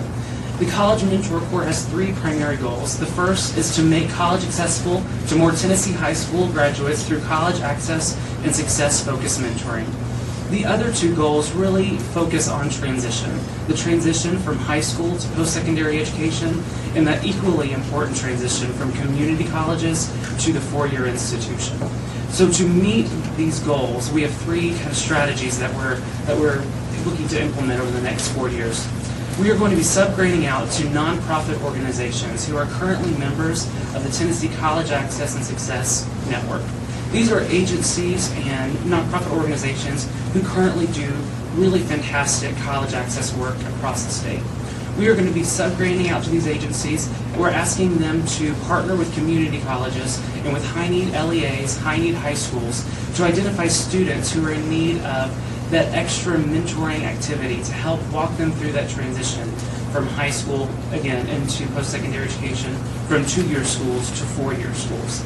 That mentoring will look a little bit different depending on the organization, but it's going to include things like college application completion, FAFSA completion, career exploration, matching career interests to appropriate schools that meet those interests. Also to note on the screen, near-peer mentors. Most of these organizations are going to be utilizing recent college graduates who will go back and work with these high school students in their transition. We sent out yesterday, actually, award letters to the organizations that we are subgrading to. I wanted to provide you a list of those where you can kind of see the geographic distribution of these awards and kind of get a sense of the institutions they're going to be partnering with. Alliance for Business and Training will be partnering with the Niswonger Foundation. They will also be partnering with Northeast State Community College. Ayers Foundation will be partnering with Columbia State and Jackson State. The Oasis Center here in Nashville will partner with Nashville State and Volunteer State Community College. Public Education Foundation in Chattanooga will be partnering with Chattanooga State and the University of Tennessee at Chattanooga. Southwest Tennessee Development District will be partnering with Jackson State and Dyersburg State. And then finally, Tennessee Achieves, formerly known as Knox Achieves, will be partnering with Pellissippi State, Walter State, and the University of Tennessee at Knoxville. In total, over the course of the 4 years of this grant, we will be subgrading out $6.7 million to these organizations. They are planned, based on the proposals, will serve 4,000 students, that's 16,000 students, over the course of the grant across the state. And what I think is really powerful is seeing how these 6 non-for-profit organizations are going to be partnering with 11 higher education institutions across the state to accomplish this really important work. The sub-grant proposals really fall into 3 primary categories. 4 of the organizations focus more on it's a real true near-peer mentoring model where they're going to be hiring near-peer mentors who are going to go into the schools, they're going to work one-on-one students and help guide and mentor those students through the transition into post-secondary education. One of the institutions will be adding a smaller learning community component to their grant. They will have near-peer mentors, but as the students go into the community college, they're going to take some classes together, they're going to work as a cohort and move towards transition to the 4-year institution. Finally, this is the model that Tennessee Achieves has implemented and that we'll be expanding. A business and community leader mentoring model where we'll get volunteers from the community and we'll be offering a scholarship component that will help bridge that transition into the higher ed institutions. I think what we're really excited about is not only partnering with these agencies and these organizations to help them continue and expand the good work that they already do, but identifying best practices and in that analysis finding ways to replicate these best practices across the state. So with that, any questions about the program? Sure. If I could just kind of, that was very good, thank you very much. But from my perspective, 3 things. The whole notion, this is very exciting. And to be able to gain the experience we got with Gear Up and go on to take some of those best practices and this whole mentoring notion, I think there's a lot of promise there in the way that Katie and Troy and others have set that up. We've benefited from other experiments as well. So that's one thing. Troy mentioned that the Tennessee Achieve program, formerly Knox Achieve, well, this is the program that those at the conference yesterday at the forum, that's what Governor Haslam was making reference to. So this has captured his imagination, and he's seen what it can do in Knoxville, so I think that's a very good sign.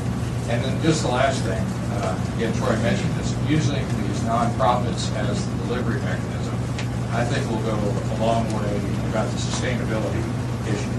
You know, this program, kind of like Europe, has a cycle to it, and it'll run its course and hopefully be renewed, but you never know. But it'll be something non-government that will be sustaining it. I think that's where it belongs, and this is a great way to make that happen. So, Troy, Katie, Wendy, and others, good work. Exactly. Thank you. Thank you. Any colleagues? Thank you so much.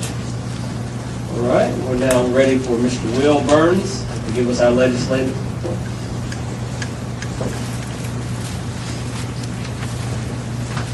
Thank you, Mr. Chairman, members of the commission. I know the hour is late, I'll be brief. But fortunately, at this point in the session, there's not a whole lot to say.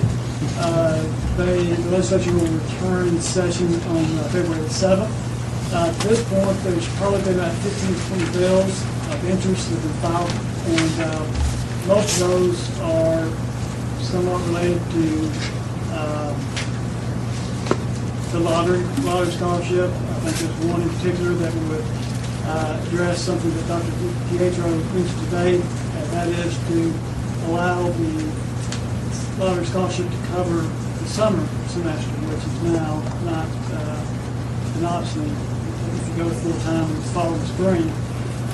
There are, I expect when they come back, as y'all that are familiar with the legislative process know that the number of bills will pick up significantly. We will announce to y'all, and this will be news to us as well, but on Thursday, week from today, we've been asked to make a presentation to the Senate Education Committee on the dynamic formula model that Rush developed. So that, when the phone rang earlier, I apologize, I thought it was on vibrate. That was the call, so it's like Batman. That was the call. In any event, that'll probably be just one of a number of presentations we'll be making to legislative committees over the session. But with that, Mr. Chairman, if there are no questions, that will complete my report. I have one question. Sure. Based on your feel and what you're hearing with regard to these several fields regarding lottery scholarship, do you think that there could be some change in the 2008 change with regard to GPA and the 48-hour requirement? Let me say a thing, and of course, we defer to Dr. Rhoda and Peter and Tim have left, but there's, over the past few months, there was a special task force of legislators and others, Dr. Rhoda, constitutional officers and such, to look at how we can better align the lottery scholarship benefits with the revenue that's coming in. And one of the things that did seem to be picking up some steam was the idea of allowing scholarship to be used in the summer semester.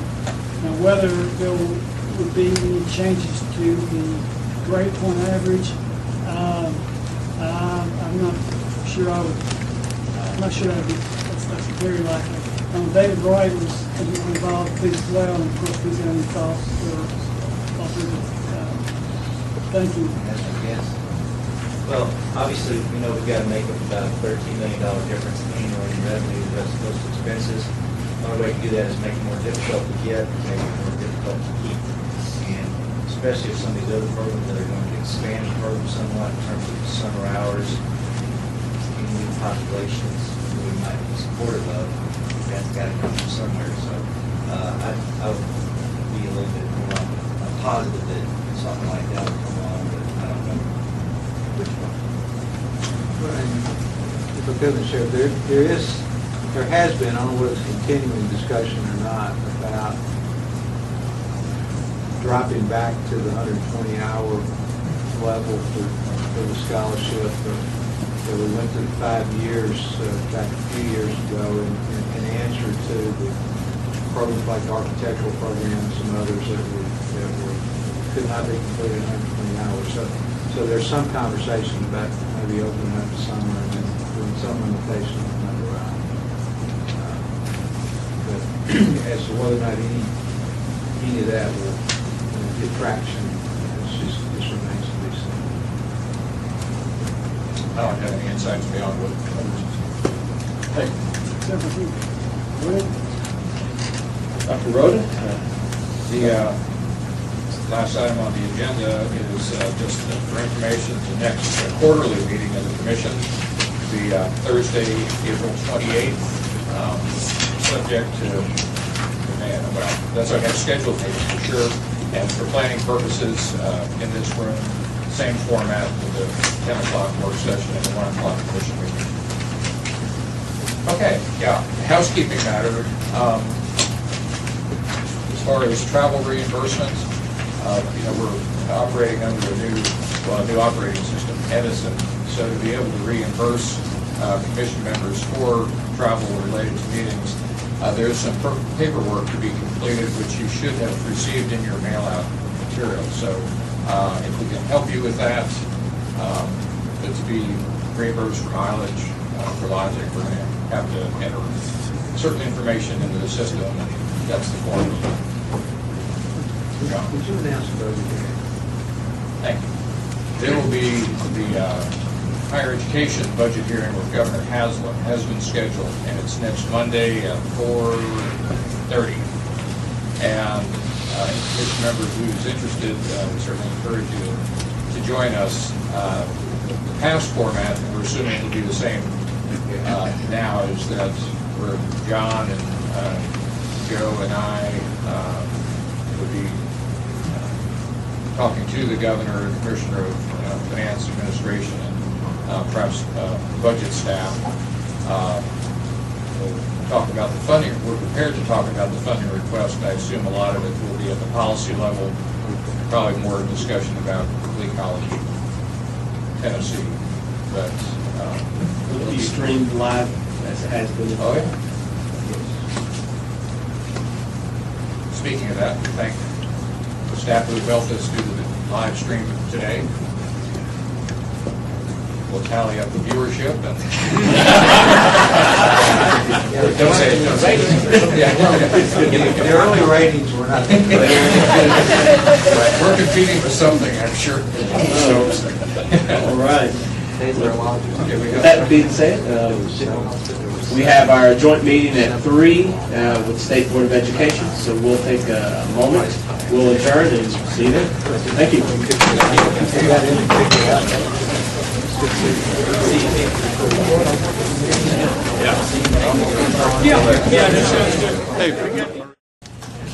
I'm Bill Ralston. I'm Chairman of the State Board of Education. I want to welcome everybody.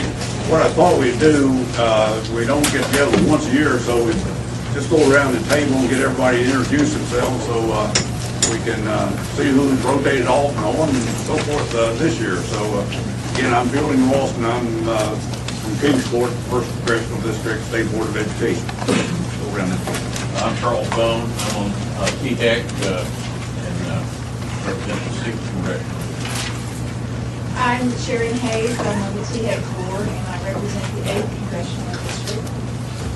And I'm from Brownsville. Charlie Mann from Santa Fe, Tennessee, that's close to Columbia, Tennessee, and had a lot of fun being on board. I'm John Kinsey from Chattanooga, Tennessee, on THEC, and I represent the 3rd Congressional District. I'm Jim Ayers from Parsons, Tennessee, on State Board of Education, representing the 7th Congressional District. I'm Carolyn Perry from Nashville, Tennessee, and I represent the 5th Congressional District on the State Board of Education. Renita Justice, State Board of Education. I represent the 3rd Congressional District, Chattanooga. I'm Chip Woods. I'm from Maryville, Tennessee, and I'm a student member of the State Board of Education. I'm Jean Ann Rogers. I live in Murfreesboro, Tennessee, and I'm the 6th Congressional District representative on the State Board of Education. David Willard, State Treasurer, member of the THEC Board.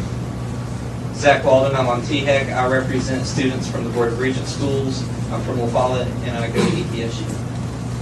I'm Robert White from Johnson City, representing the 1st Congressional District, and I'm also chair of THEC Board. Melvin Wright, State Board of Education, Jackson, Tennessee. Dick Ray, 2nd Congressional District, Alcoa, Tennessee. Teresa Sloan with the State Board of Education, representing the 9th Congressional District in Memphis. I'm Claude Ramsey, and I'm representing Governor Bill Haslam today. Okay, thank you. The agenda says I'm supposed to provide welcome, so welcome. This is our annual meeting between the State Board of Education and THEC, and we're certainly pleased to be here and look forward to a good meeting. I hope you'll notice that East Tennessee is taking over here between me and Chairman of the State Board, and Robert being Chairman of THEC, both of us from the Tri-Cities area. I hope everybody recognizes that. I will get some benefit out of that, right, Robert? You got that right. Yeah. Robert, sure, on behalf of THEC, indeed, we will welcome you as well. We look forward to this every year. Thank you for what you do for the state of Tennessee, and we'll just go ahead and proceed on the program. Okay.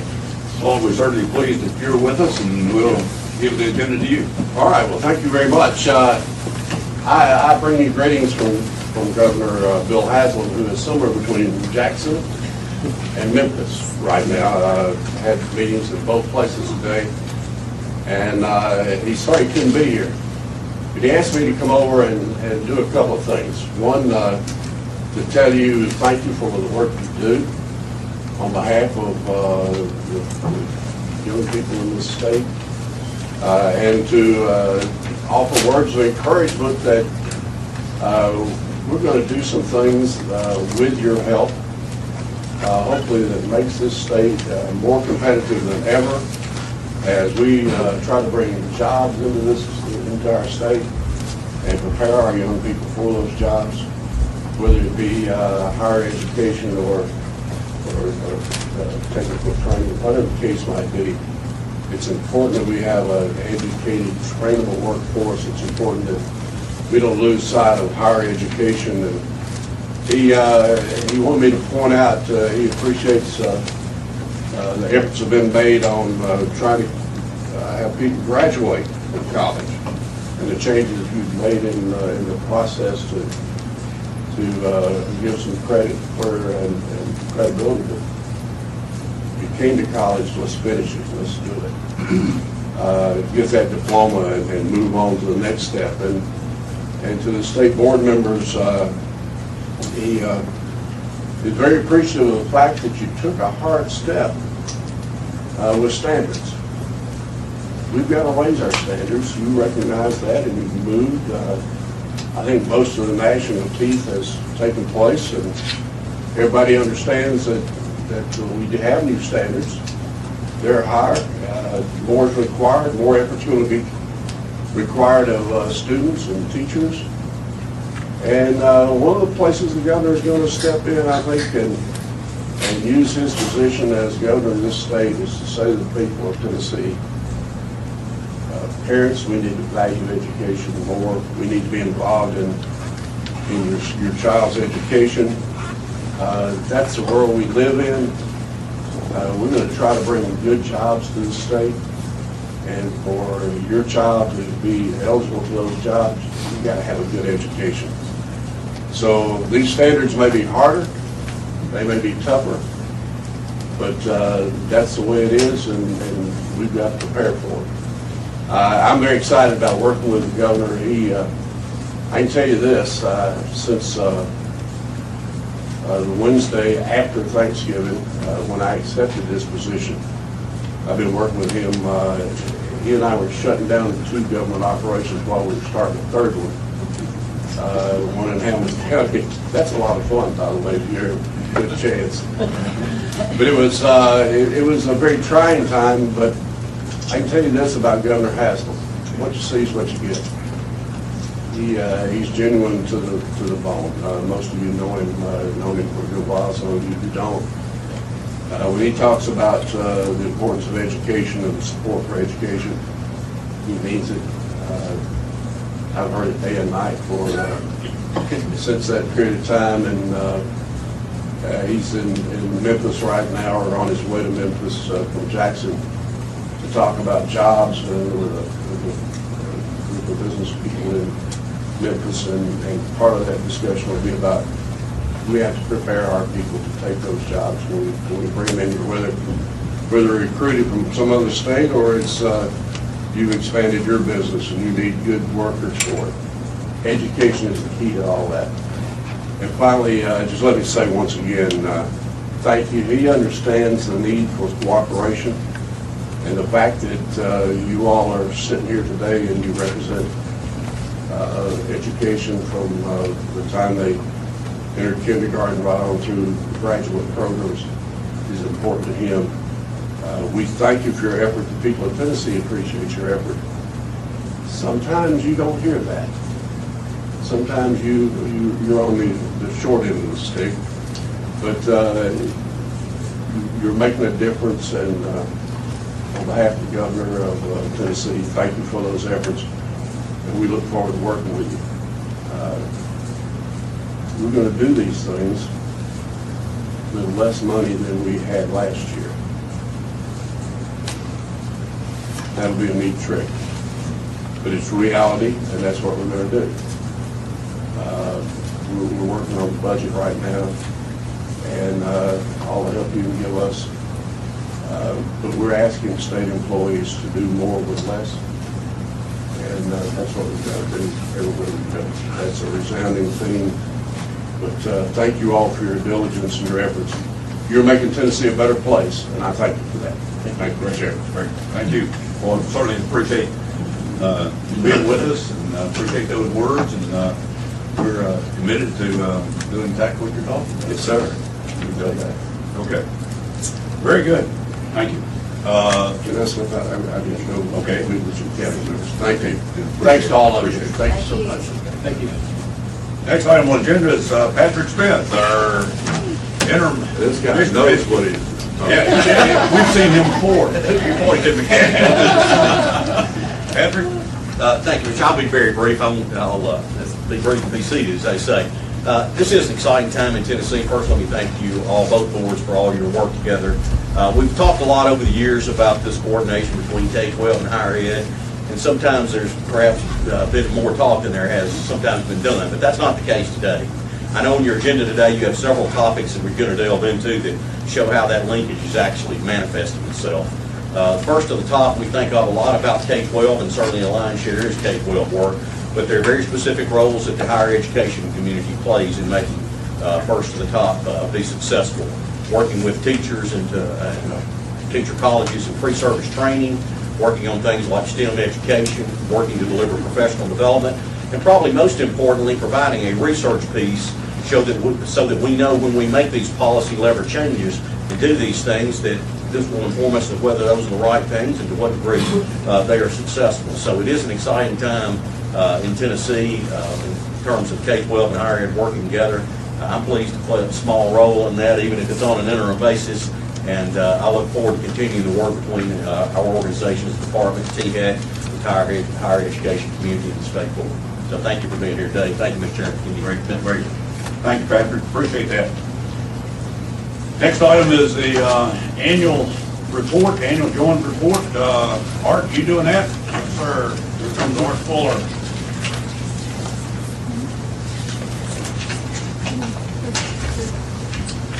Good afternoon, everyone.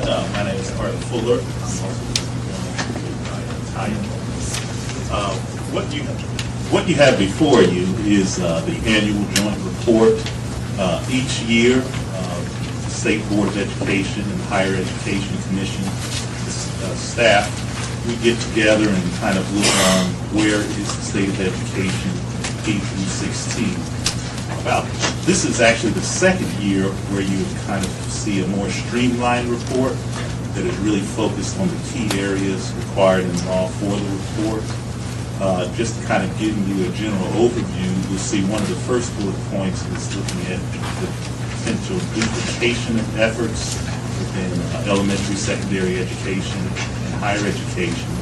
And the really positive thing that we noticed was that many of the state's initiatives, as Commissioner Smith was talking about, related to Race to the Top and the Complete College Act, there really is a high level of collaboration ongoing between the K-12 and higher education spaces in the areas that we mentioned.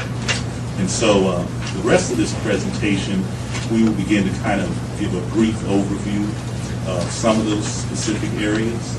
You will notice towards the very end of the report reflects the new accountability system that K through 12 is putting in place.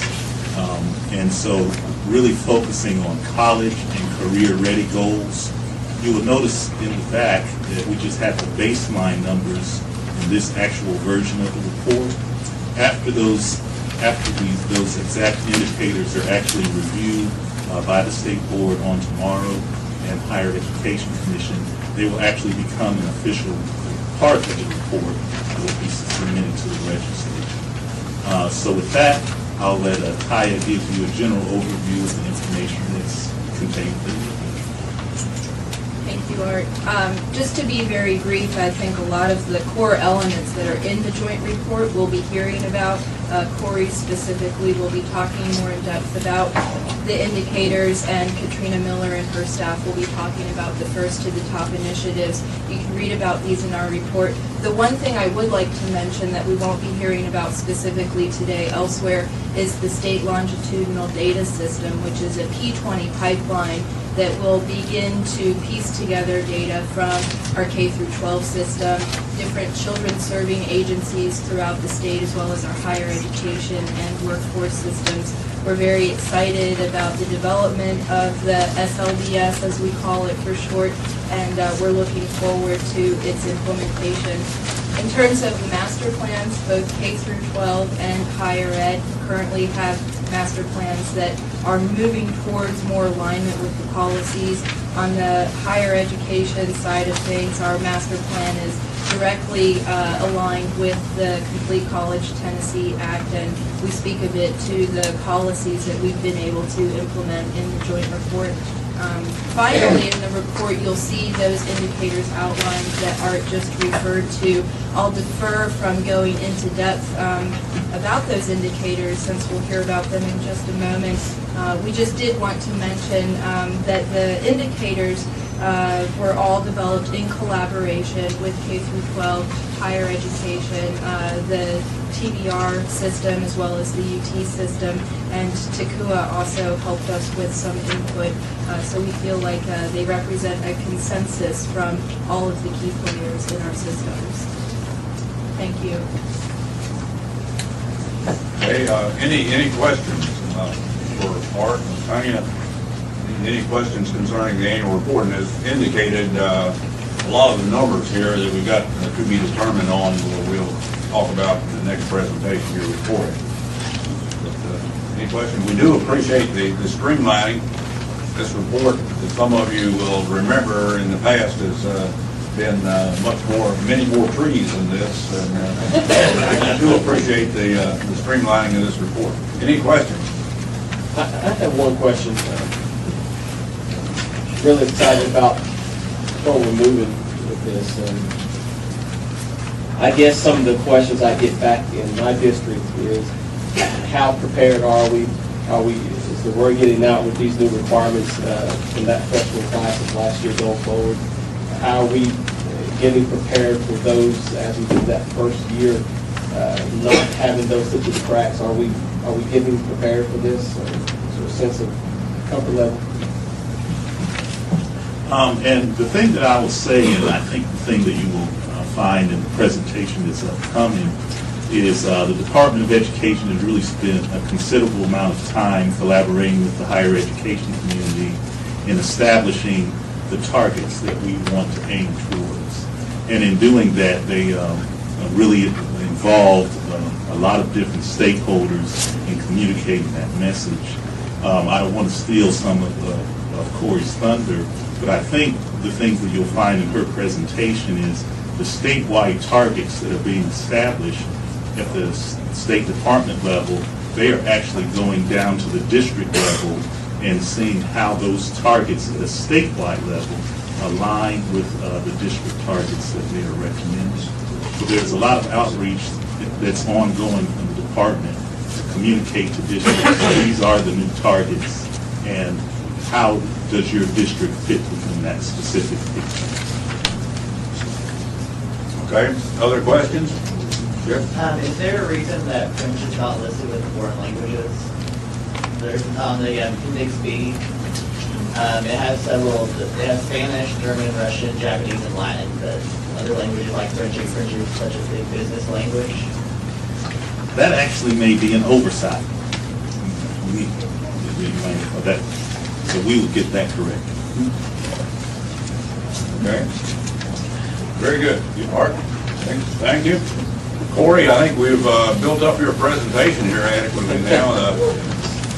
We're really looking forward to some big things. Thank you.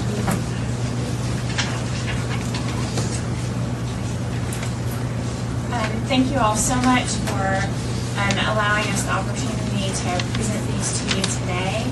And as I hope I will continue to ring the same bell that we've heard from the last three presenters, this is a completely collaborative effort. We wouldn't be able to present this to you today were it not for the incredibly strong partnership that we have across K-12 and post-secondary education in Tennessee. I feel so lucky to be in this state where such partnerships exist. It's going to get our kids really, really far that we can work so well together. What I would like to do is, you all should have a document that goes over the college and career readiness indicators along with targets that we've selected for your consideration. What I would like to do is first give you a bit of context about what these targets mean in our system and about the changes that we're hoping to make so that we're not only being clear about our aspirations for students, but we're actually going to put our money where our mouth is and actually meet these goals. This is not something that I need to tell this group, but the need to make dramatic improvements in student performance in Tennessee could not possibly be greater. We don't have a choice but to take major action. We have a major economic imperative for us in order to meet the growth that we need, in order to get the jobs that we need throughout Tennessee, and particularly in a couple of geographic areas. We have to dramatically improve performance of kids, not only in K-12, but in their attainment of post-secondary degrees. That's something we all can unite behind. We also have a huge moral imperative. We look across the state of Tennessee, as you all know, we have geographic pockets of underperformance from kids. They've been persistent.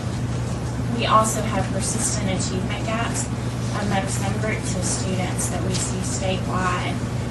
Now is our time to act with our Race to the Top win, with all the great higher education reform legislation. This is the time for us to really make some dramatic changes in performance outcomes.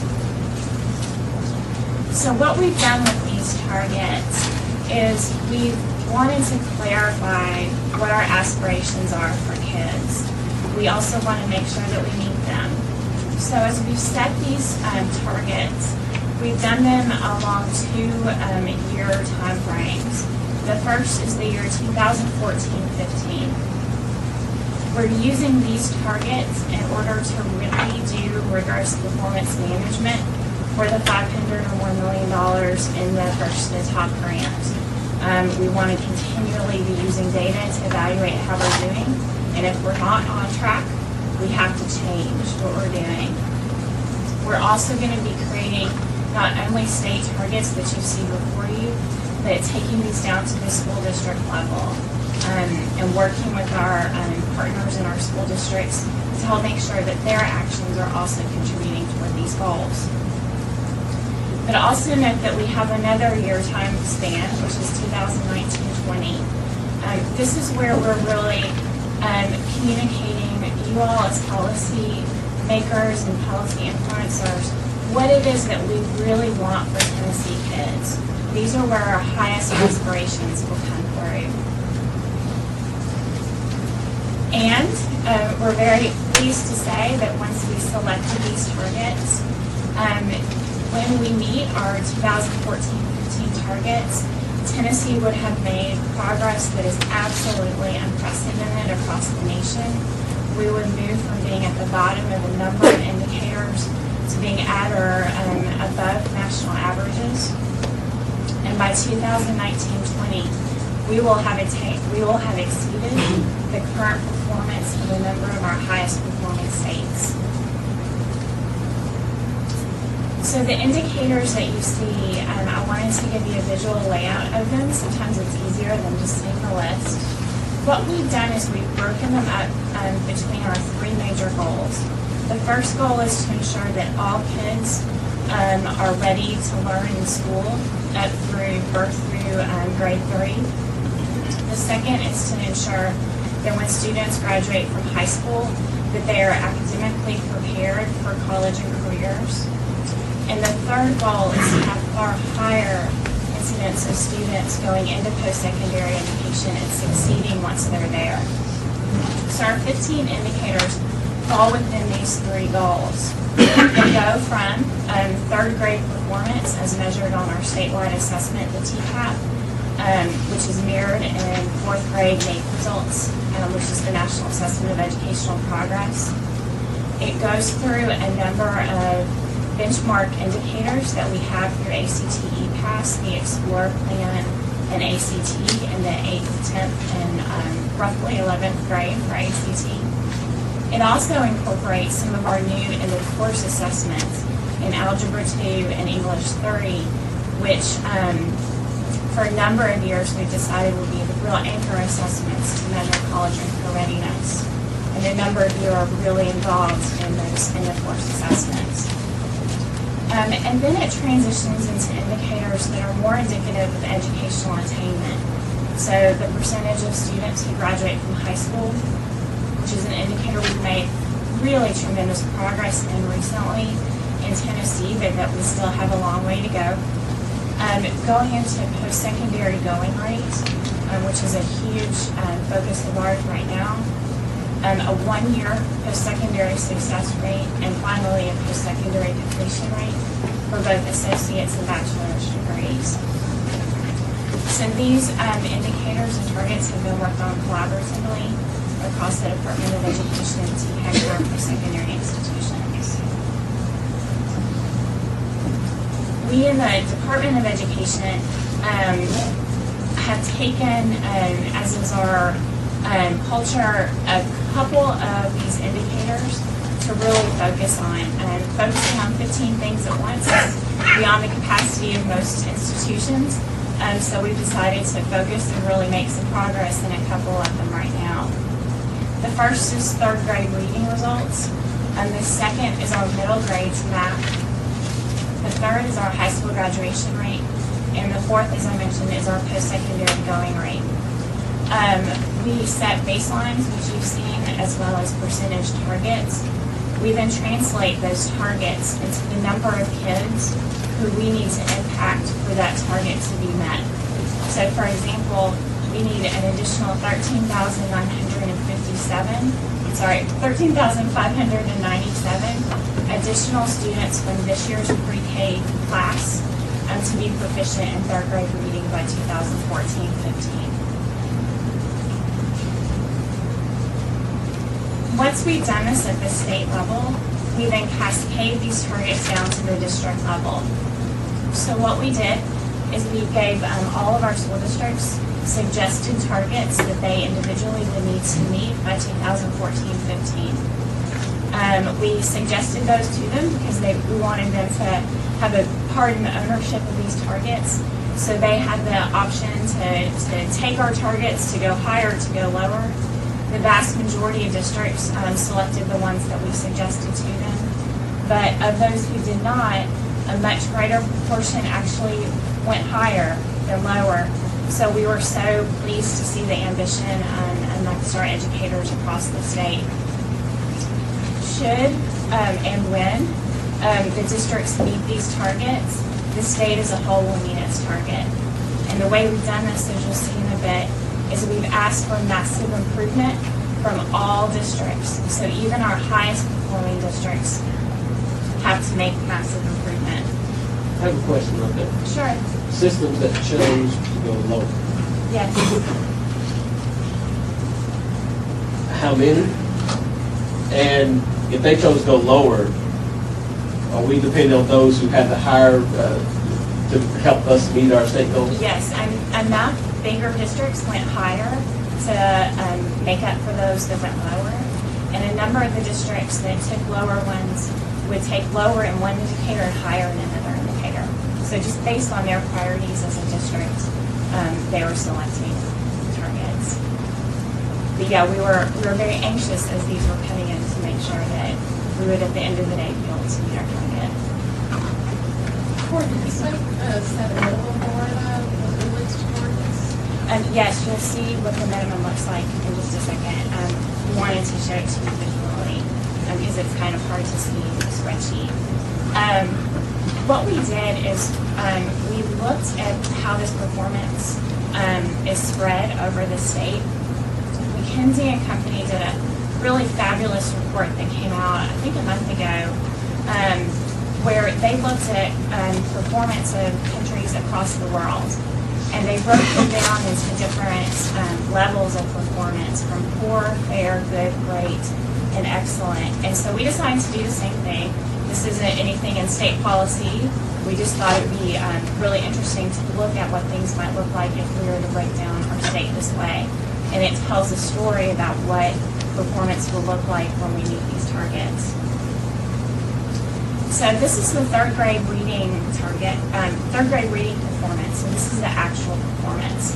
So at the bottom are the the districts that came in at the lowest percentage, and then here at the right, these are districts that had the highest percentage. So you'll see that performance is relatively, not flat, but relatively smooth, that we have big tails at the upper levels of performance and a pretty big tail at the bottom. So then, the average performance in the state in 2010 was 42%. The goal that we've set is 60%. Again, 60 doesn't always sound like a high number, but you'll see that right now we only have 3 districts that are meeting or exceeding that goal. And so what we did, just for illustration purposes, is we took the McKinsey results and we kind of looked at where the natural breaks were in the data to see what current performance looks like. So we have roughly half very good, with a sliver of the very lowest performers and a slightly larger sliver of districts we can say are really performing well, but none excellent, because we're setting our sights much higher. So now what we've done is overlaid the lighter green is the targets that they have to meet. When we do this, using the same cut points that we did in the previous slide, we've gotten rid of the poor and the fair. We've gotten rid of a lot of the good. We have everything is good to great and beyond. So we really felt like this is a huge sense of urgency to get this done. And then, of course, over past 2014-15, increasing the percentage of these that are excellent is our goal of the day. This is the same story for 7th grade results in math, which is a huge point of need in Tennessee. Our state average for 7th grade is 29% proficient. Our target is 51% proficient. This is, again, we wanted to have, we did a little bit more fair in this point just because we're starting off lower across the board. And then this is what it looks like. Again, so as you'll see, all districts would rise at least to the good level. So in order to meet these targets at the state, we believe that to get all these districts to good to great and beyond requires us to do things very differently than we have in the past. So we are completely united behind this. We've put in place a number of very rigorous processes, including strategic planning, very rigorous around each of these goals.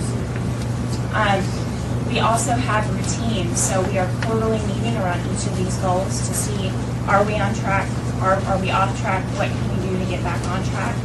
We also have very clear accountability within the organization of who is responsible for making sure we meet these goals. And finally, partnerships.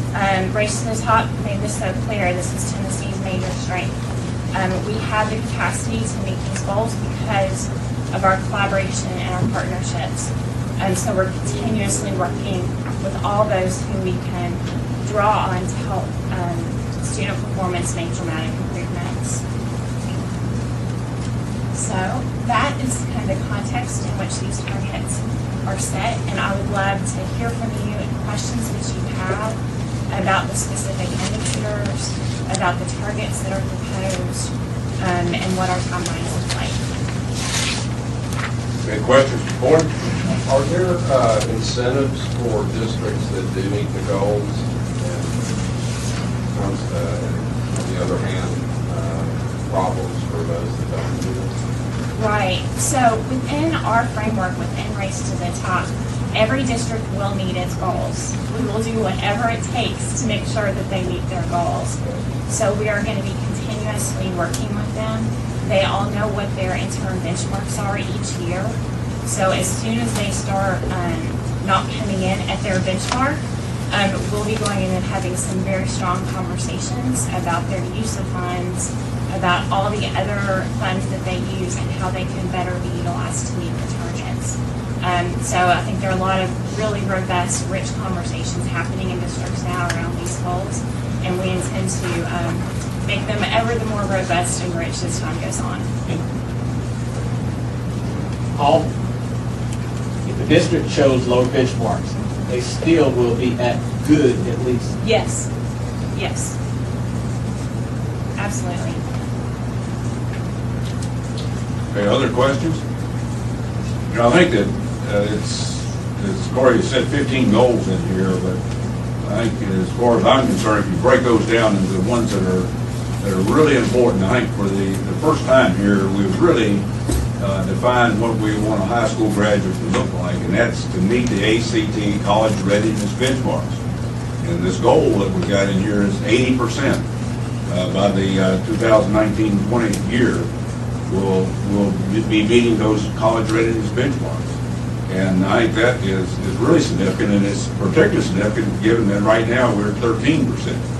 So going from 13% to 80% is a big movement, but I think it's doable. It's doable with things that Corey has talked about. So that's the one goal in here that I think kind of defines the rest of it. A lot of the other goals are progress steps in making sure we're on track to getting to that goal. The other one in here is getting to 92% high school graduates. And, you know, right now with the cohort measurement system we're using, we're, at something like 80%, I guess it says 82% where we are now, but getting to 90% on that, 92% on that is going to be also a significant achievement. And then the other one is kind of the post-secondary one, that is getting a lot more of our folks through college and within 6 years of graduating from high school. So, you know, those are the ones that are critical, and a lot of the other goals in here are simply progress goals, making sure that we're on track to get to those major goals. Questions? Any? Okay. Great, thank you all very much. Thank you, Corey. I think this really is good work. Corey and all the other people at THEC, department people, everybody that's worked on this, certainly be commended for the good work in putting together these goals and for being really aggressive in establishing targets that are truly meaningful. Okay. Next item is to talk about the first to the top THEC initiatives. Sabrina?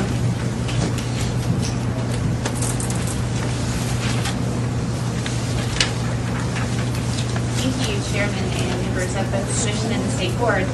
We're really excited to be here before you today. As the other speakers have said, the collaboration in our state among all the various stakeholders in education is really unprecedented. And today we're going to talk to you about some priorities that really require close collaboration and alignment with the K-12 and the higher education goals. As most of you know, there are four assurance areas in the Race to the Top application, as well as a competitive priority. And in each of those, higher education and K-12 must partner together to meet the indicators and the goals that we've set collectively. The first one is standards and assessments. And today you're going to hear a little bit more about the assessment piece of that as we adopted the standards, how we're going to assess that, and how higher education and K-12 are working together to make sure that those are meaningful for our students. The next is turning around low-performing schools.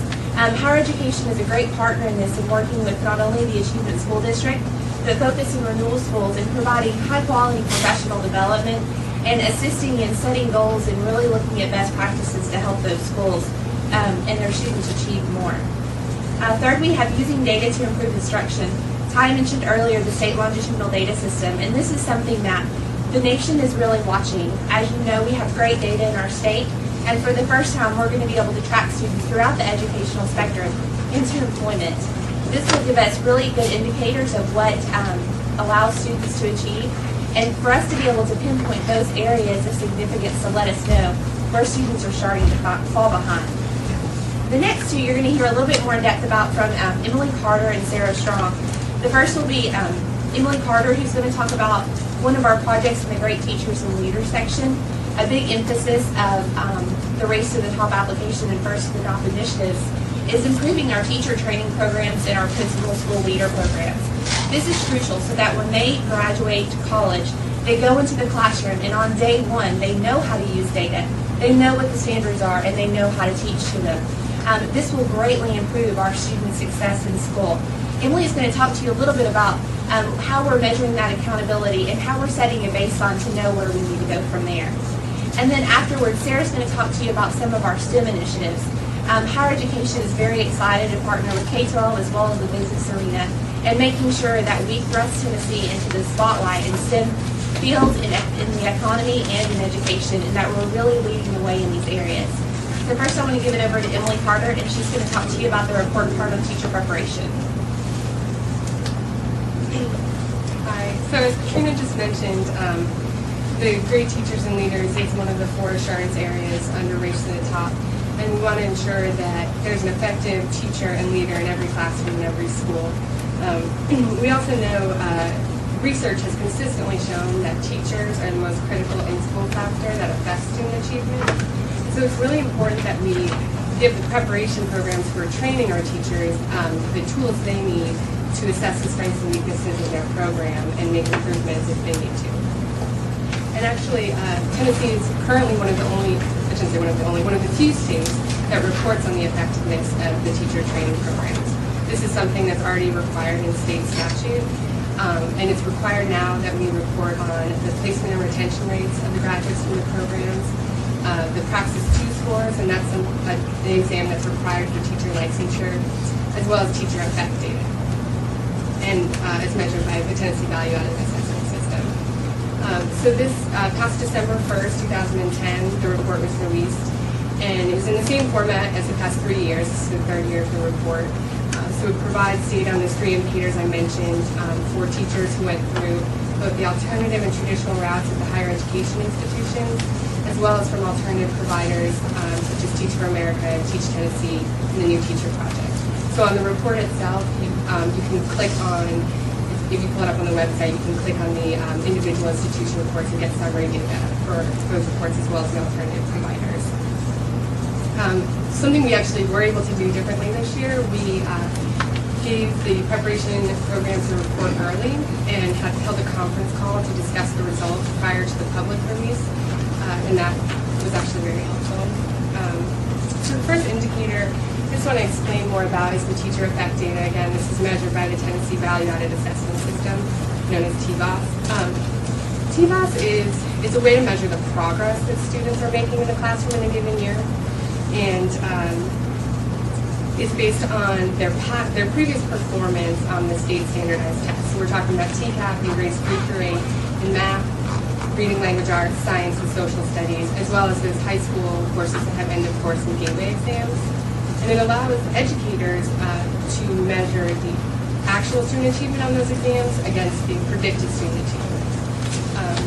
And so we use it on the report card as a way to assess the effectiveness of the teachers from each preparation program based on how they're contributing to student learning.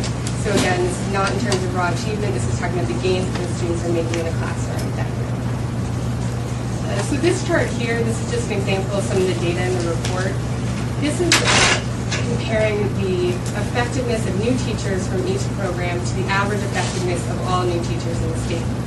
And when we're looking at the significant negative or positive differences, what that really means is teachers from those programs, the students in their classrooms either exceeded expectations or did not meet expectations. So you can see on the positive side, both public and private institutions as well as alternative providers are represented. And I also just want to point out that it's not, of the 40 preparation programs in the state, few are represented here, so what that really is indicating is that the majority of the teachers coming out of these programs are performing similarly in terms of effectiveness. And the second indicator is the placement and retention rate, and this is looking at the percentage of teachers that went on to teach in public K-12 schools in Tennessee. So it does not account for the teachers that went on to teach in private school or out of state. So that's important to remember. But you can see here about 52% of teachers are teaching for 3 consecutive years, and about 46% are teaching for 5 consecutive years. And this is roughly on par with the national average. So the third indicator, we're looking at Praxis 2 summary rates. Again, this is required for teachers to receive their license. And the state has a pretty high summary pass rate of 98%. For the professional knowledge exam, we're looking at 99%. And then the individual academic content areas, also 99%. So we're currently in the process of redesigning the report card for the 2011 report. As I mentioned before, the 2010 report was the same format as years past, but we're looking at adding indicators, improving the format, making it a more useful tool for the institutions to make programmatic changes, as well as for the public to understand the data. This is something that THEC is working closely with the State Board of Education on, and the preparation programs are also playing a significant role in this process. We've actually, Community Committee, we're holding the first meeting next week on February 2nd, which you're all invited to join. I can give you more information on that. But at that meeting, we'll have representatives from the UT system, Board of Regents, TCUA, State Board of Education, the Department of Education, as well as THEC. And this is an opportunity to start the work to look at those other data indicators to add, look at the methodology used on the report, and then another piece of it is really enhancing those individual institution reports so institutions can get the data they need to make those improvements. Another piece of this I just want to mention, we really want this process to allow programs to share best practices and to help to collaborate with each other to improve the programs overall.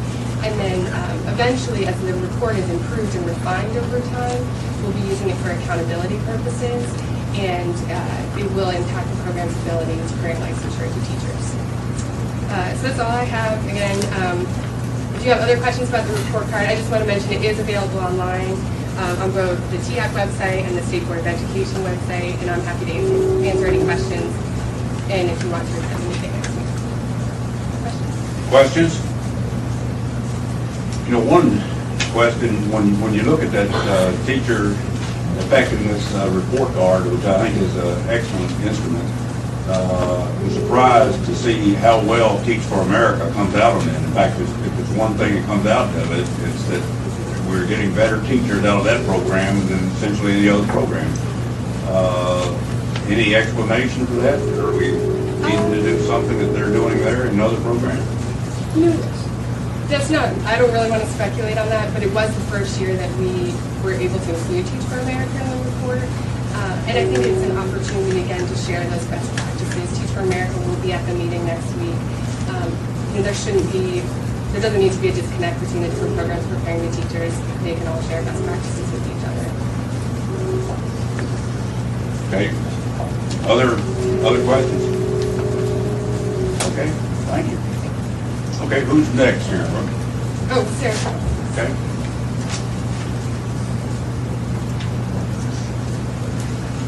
Good afternoon. My name is Sarah Strong, and one of the projects that I am overseeing at THEC is just a STEM component. And just so you guys are aware, STEM is the acronym for Science, Technology, Engineering, and Mathematics. I don't want to take that for granted, but people will know what that stands for. But STEM education is considered one of the highest priorities for the U.S. to maintain global leadership in innovation and competitiveness. And Tennessee has no exception to that, and has begun to pull together resources to provide more STEM education resources and awareness in our state. THEC and higher education institutions have critical roles to increase the support of STEM education in the state. Two of the projects I will be talking about in a minute. First, I want to give you just kind of a brief background on what the Tennessee STEM Innovation Network is. For those of you who aren't aware, it's flown through the Department of Education. And the state of Tennessee is partnering with the Battelle Memorial Institute to create a formalized STEM network, which will be called the Tennessee STEM Innovation Network. And essentially what this is going to do is bring together various STEM partners and stakeholders into an intentionally designed network where we can share best practices, enhance all of the different startup efforts that are going on in the state, and boost student achievement. As you can see, there's two essential components to the network, and the first is the platform schools, and the second are regional hubs. And through Race to the Top funding, we have funding to give seed funding to 6 platform schools and 6 regional hubs. The platform schools will be serving as incubators for innovative STEM concepts, and through those 6 schools, one of them will be a virtual school so that it can reach the more rural areas. The regional hubs basically are existing to support the platform schools and to kind of serve as mini networks throughout the state. All of this is running through Sky Guiding Notes at the Department of Education. I have a question for you. Yes. On the virtual school, who's going to be the major domo over designing it or deciding where it goes or how it goes or whatever? Katrina can actually answer that for you. In the application, there were 2 STEM platform schools that were already noted. They're in Knoxville and Nashville, and they're already in the stages of development. The other schools will be done through a request for proposals process that will be competitive. That's not my question. My question is, who's going to do the virtual schools? It will be decided through a competitive grant program. Overseeing all 6 of the STEM platform schools is the Patel Memorial Institute, and they're the one that did the Ohio STEM Innovation Network, and they have done several platform schools throughout Ohio. They have not done a virtual school. This is a new concept that the Patel Memorial Institute is very excited about, and the nation is watching this because it's not happened. The reason I asked, in Bristol, Tennessee High, we have one of the best virtual schools initiators in the state of Tennessee, have done STEM work. Are they to be considered? I think so. And those people Think or no? Yes, I think they will be. It's going to be a competitive process, so anyone who has experience and who has an idea to develop that and the resources to do it would be allowed to compete for the program and the funding. And again, this is seed funding, so it would be startup funds. It would not cover the whole expansion. Can I have your name and address? I will give you that, but I would also encourage you to contact Sky Gallegos at the department, and I can get you her information. No, I want your name and address if you're the major donor. I'm not the major domo. That would be Scott or Commissioner Smith back here. He would probably give you more information on that. Thank you.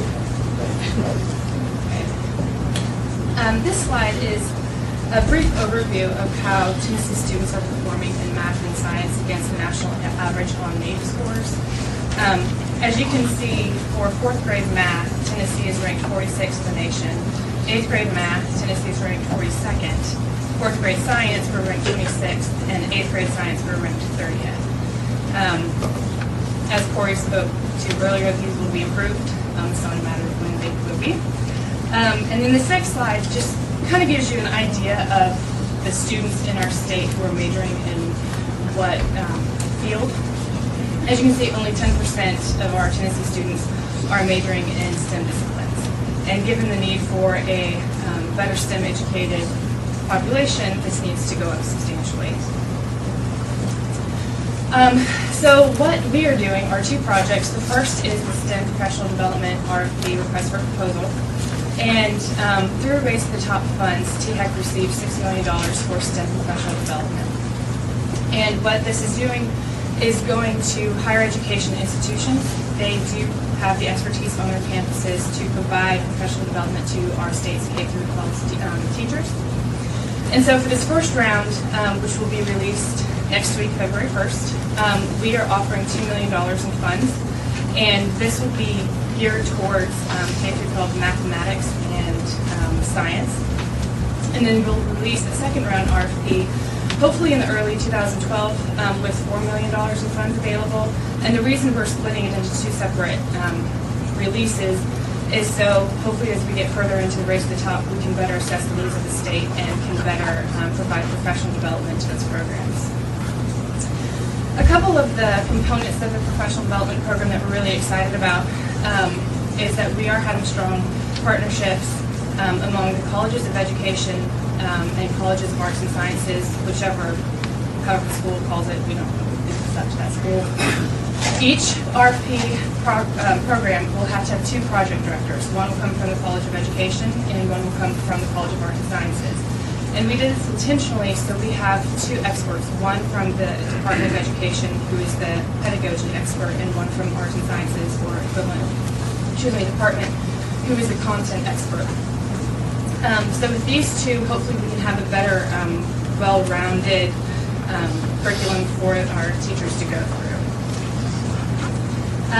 One thing that we're also doing is requiring that these programs involve at least 2 LEAs in school districts. especially we want to give preference to those programs that reach those LEAs that aren't typically involved in these type of programs.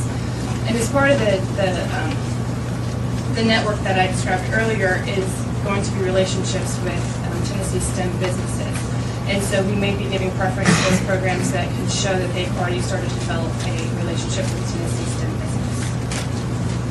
One thing that we're really excited about is we are putting together a very intensive evaluation component of the RFP. And this is going to be spearheaded by one of the nation's leading STEM evaluation experts based out of Ohio.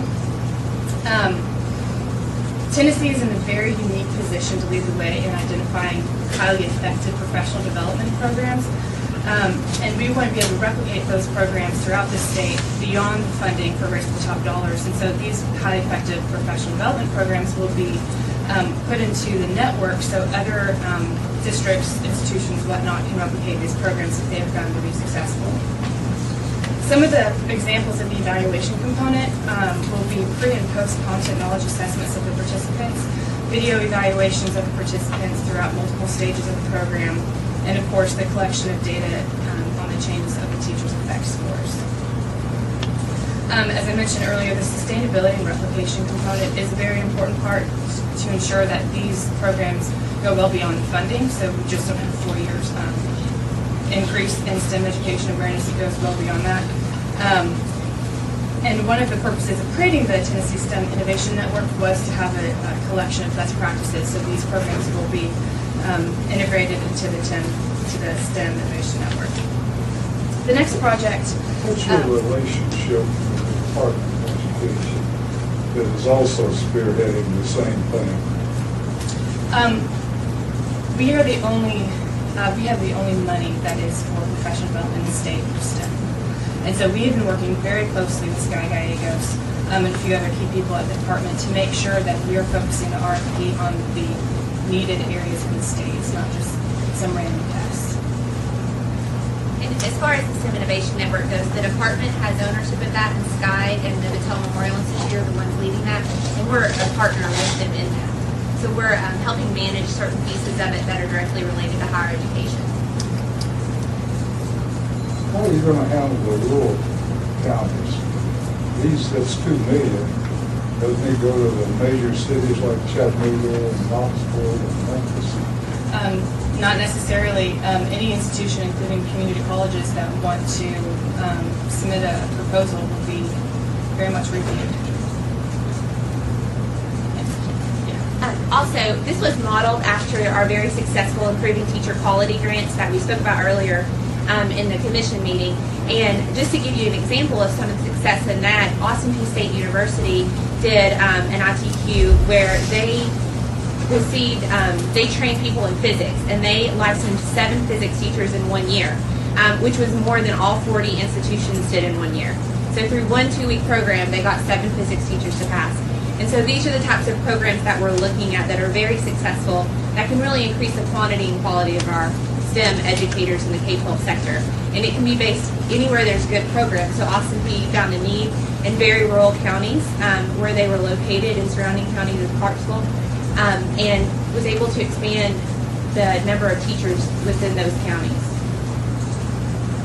And this, I don't know if you said this, but it's not $2 million for one program. There's a limit of $200,000 per program. So we're looking at 10 professional development programs in the first year. Thank you for bringing that. All right, the second program is a STEM survey, and I'm not sure if the survey was sent out to all the campuses in December, and our hope with that survey is to get information regarding all of their STEM activities. So some of the questions that we asked the institutions for were any research and grant monies that they are applying for or have received, student activities, and this includes student organizations, and relationships with external organizations such as businesses, nonprofits, other organizations. And we're also asking what they are planning to do in the future with STEM activities. We're in the process right now of compiling all of that information. And our hope with that information is to develop a STEM database for higher education. So any individual can go into the database, search a specific grant, activity, university, and see all the STEM activities that that particular institution is doing, or what grant monies are flowing in through the state. This will be looped in with the network, and so we're also hoping that the K-12 has a portion of this. So they also have an inventory of all the STEM activities in the state, so we can better see what areas of the state need better service, need more funding, need more focus. And we can also see what areas of the state are doing excellent programs, thereby we can replicate those through the network. Tennessee has clearly embraced the need for STEM education, and the momentum is on the upward swing right now. And we're really hoping that these two programs will add considerable value to the network. That's all I have. Are there any questions I can answer? Any other questions for Sarah? Okay, Sarah, thank you, appreciate it. Okay, the next item is the STEM component, we just finished that. The Partnership for Assessment Readiness for College and Career. Dan Long, Michael, Mike, sir.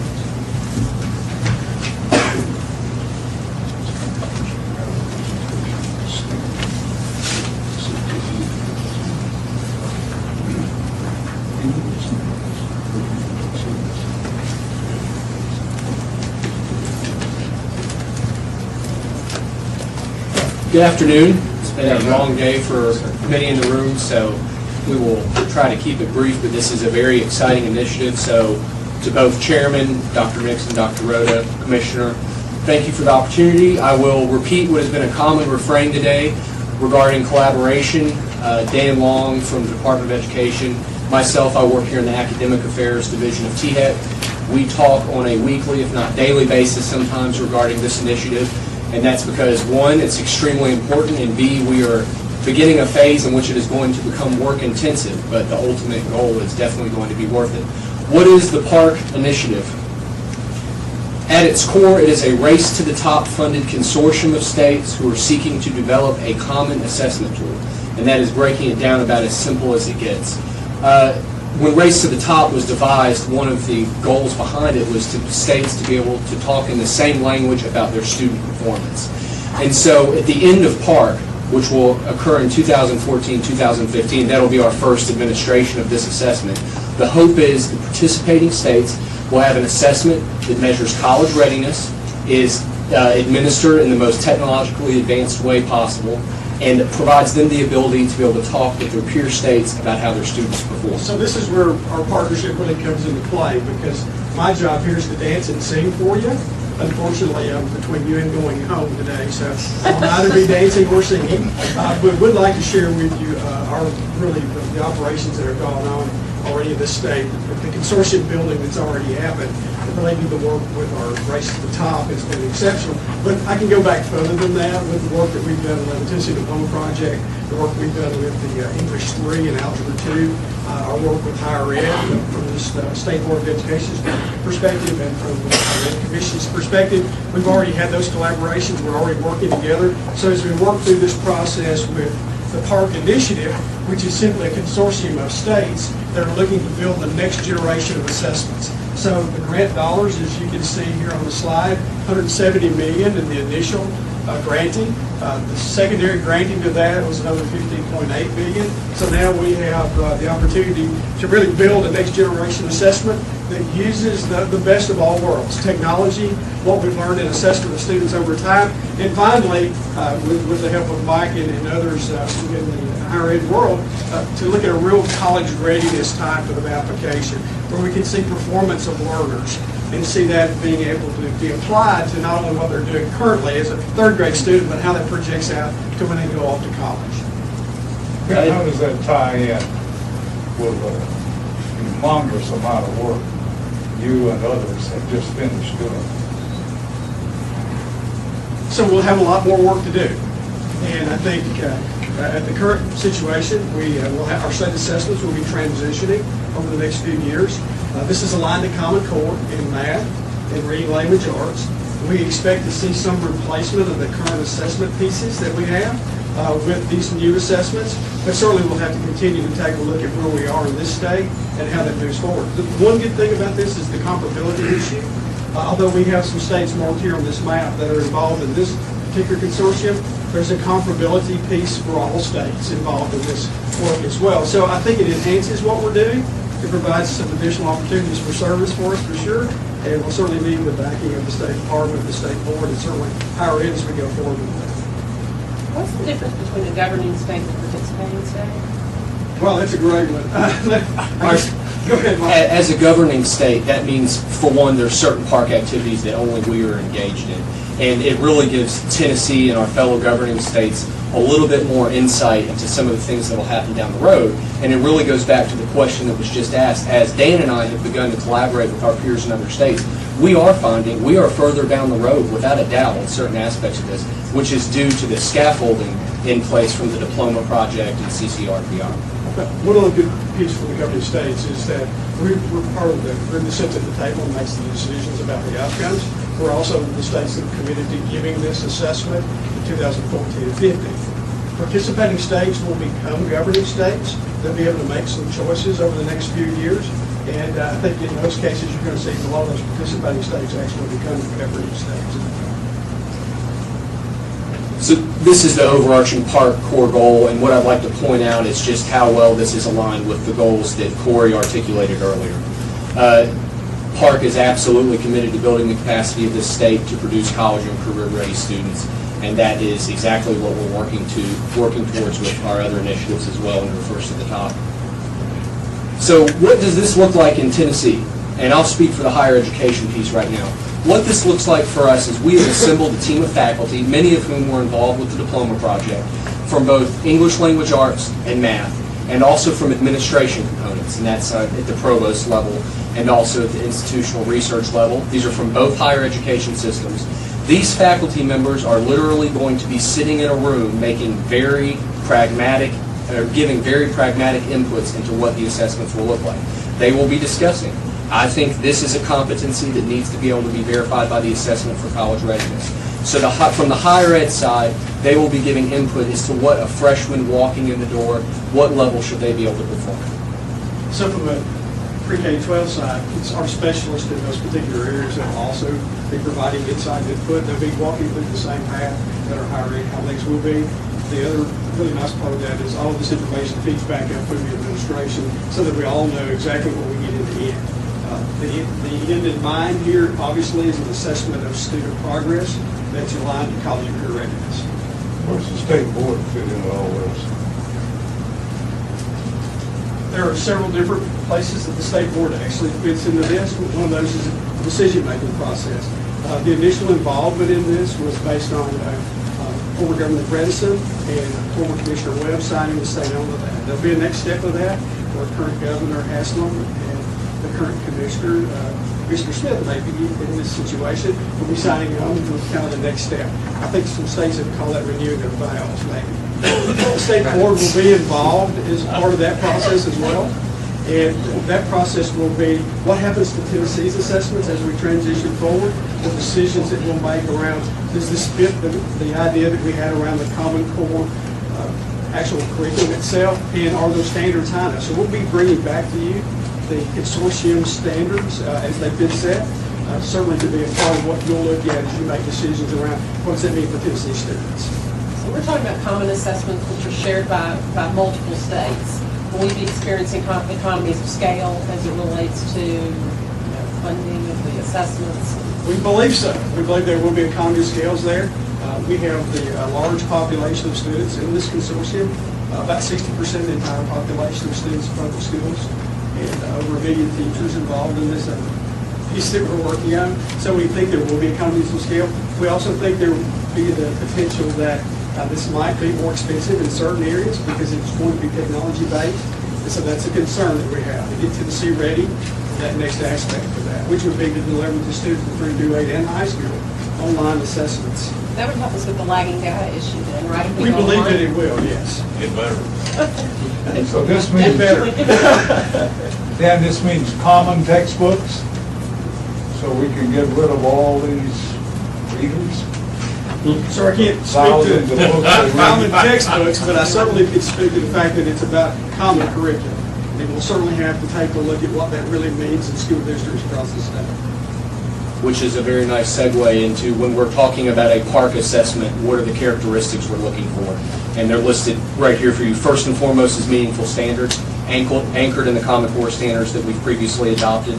Second is the psychometrics that will go into the test, the higher quality administration, the latest in research that will be integrated. Through course testing is really important to talk about, which Dan can absolutely elaborate on, but rather than one summative assessment, at the end of the year, after the academic year is completed, we'll be testing periodically throughout the year, and you can see the advantage in that for a variety of reasons, the most important of which is it provides teachers, students, and parents feedback during the year on how that student's progressing. I think that's exceptional. It is called a through course because the idea is to test all the way throughout the year. The idea is to pick points in instruction, test those areas and see where students are, give that feedback, and then move to the next point. All of those will be high stakes and that they'll all be calculated up to a final total score, so we'll know what those performance levels are in those relationships. But we get two advantages. One of those is we'll know students where they are at 25%, 50%, and 75% prior to some final summative assessment piece. We'll also be able to return data back quicker, so intervention could be on board for all students within those ranges. And the next part of that, I think, is most important.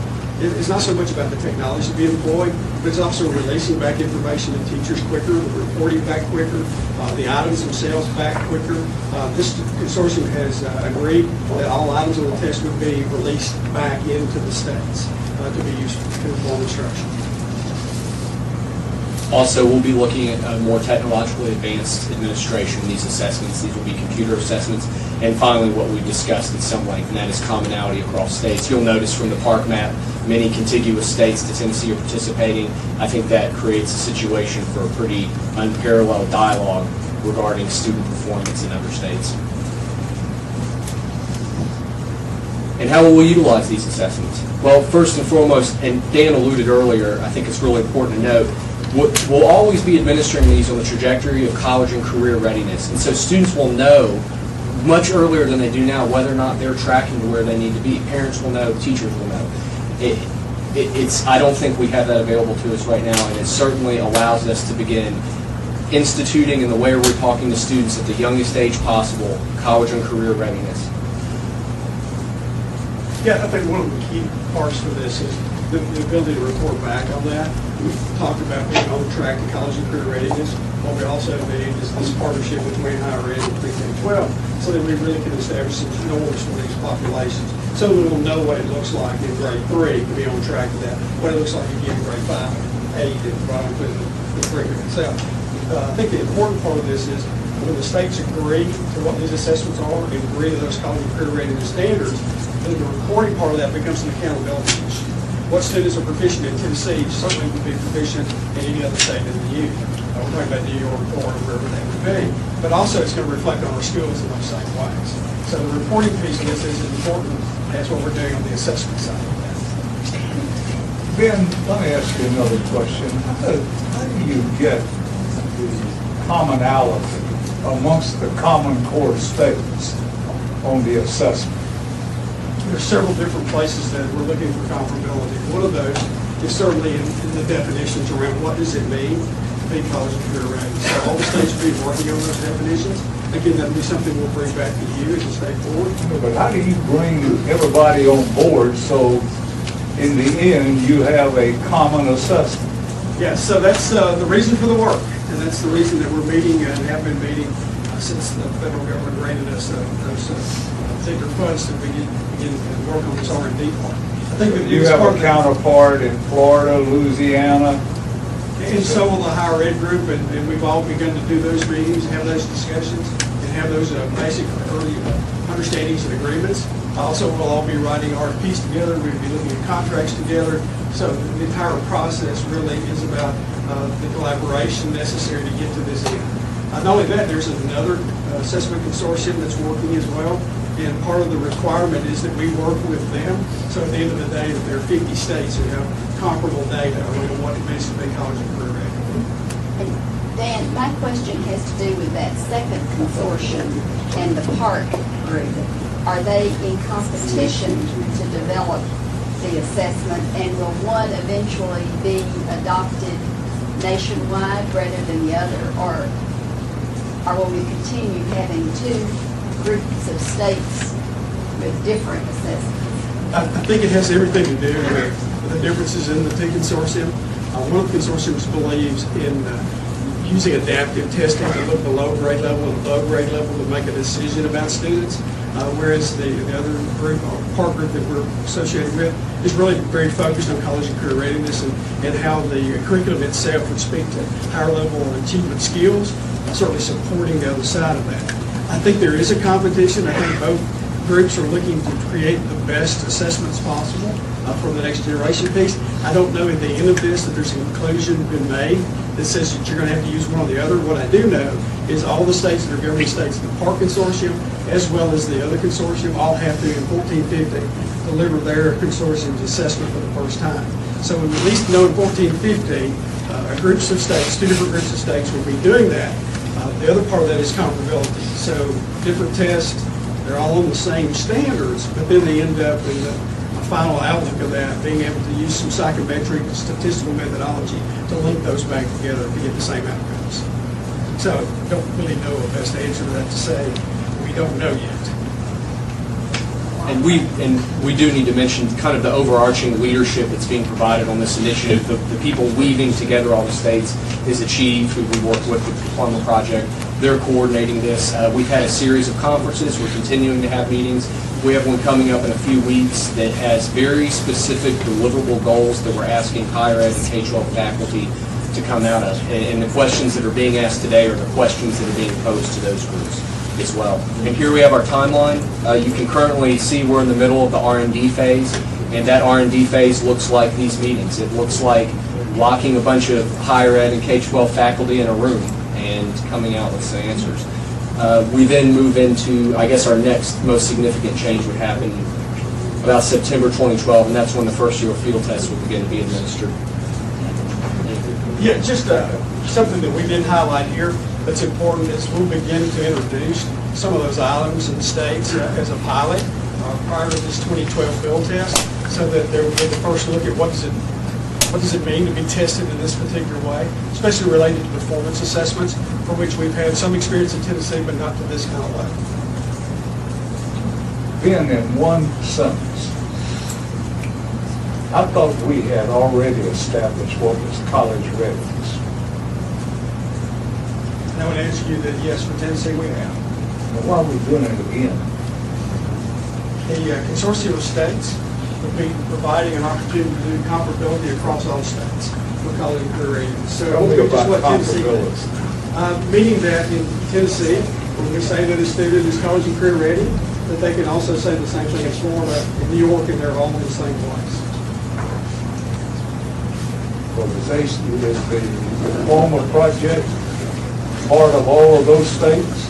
The wonderful part about the work that we've already done is that many of these states have been involved. So we got them already at the diploma level at what is college ready. So we're already going that direction in Tennessee. Many of these other states are as well. So we have that as our assessment now and our expectations. It will continue as we go forward with this other work as well. I think probably the biggest piece for us, and this is a very short way to put this, is that we're actually getting a lot of dollars to do some research and development of this next level of assessment that allows us to dive deeper than what might be a traditional multiple choice question, that allows us to see performance information about students and then be able to kind of turn that back over, see if students really are gaining higher order thinking skills that we expected to get. Any other questions regarding PARC? So we've done some singing and dancing for you. I'd like to close out with, as Commissioner Smith said earlier, if we're standing right now, we're probably a little late, so we'll sit down, and I'm sure that you're ready to move forward into that. Thank you. Thank you. Very good. Gary, Pat, I'll have some concluding comments here. My agenda says that Gary's going to say something anyway. I will. Okay. I just would like to thank everyone and acknowledge what an exciting time it is to be in education in Tennessee. I've been an educator for a little over 40 years, and what we're about to see unfold is going to be miraculous, I believe. We're going to see children, some young adults who can be competitive for those jobs that have been shipped off to Indiana and China and other places. It's an exciting time. It's also a very challenging time. We need to be cognizant that the folks in the field are nervous. The challenges upon them. We need to be supportive of teachers and principals, but we also need to set those standards and help them to get there. So thank the state board for the hard work that you've done and getting the whole project to the standards. We still have a lot of work to do. Higher Education Commission, I certainly appreciate the work that you're doing. Once we are able to get the K-12 house in order and produce graduates who can go into the post-secondary environment and be successful, then the challenge is going to be upon you. Where are you going to find a seat for them? How are you going to educate them? How are you going to meet their needs? And I think you all are very much doing that, and you're well on the way to answering those questions. So Dick would say kudos to all of them. Thanks. Rich? Well, ditto what Gary said and others have said. We see this as an opportunity to do some things that are going to last far beyond our individual careers and lifetimes, both K-12 and higher education. So that the gravity of this is not lost on any of us.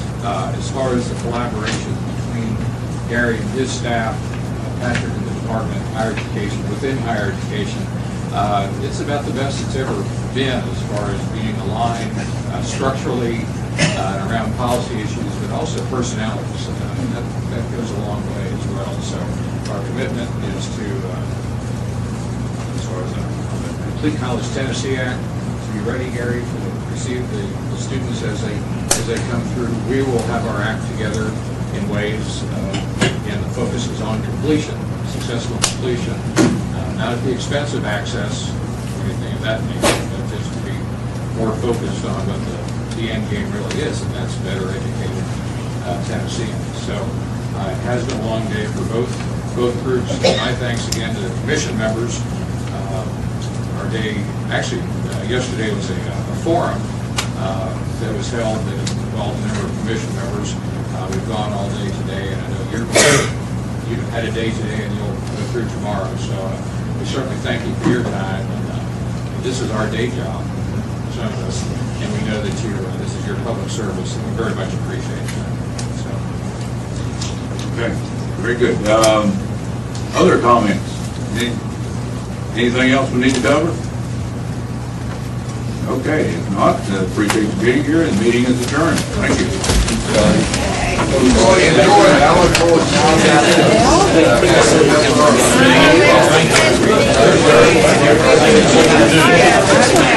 to see you, man. Take care of things.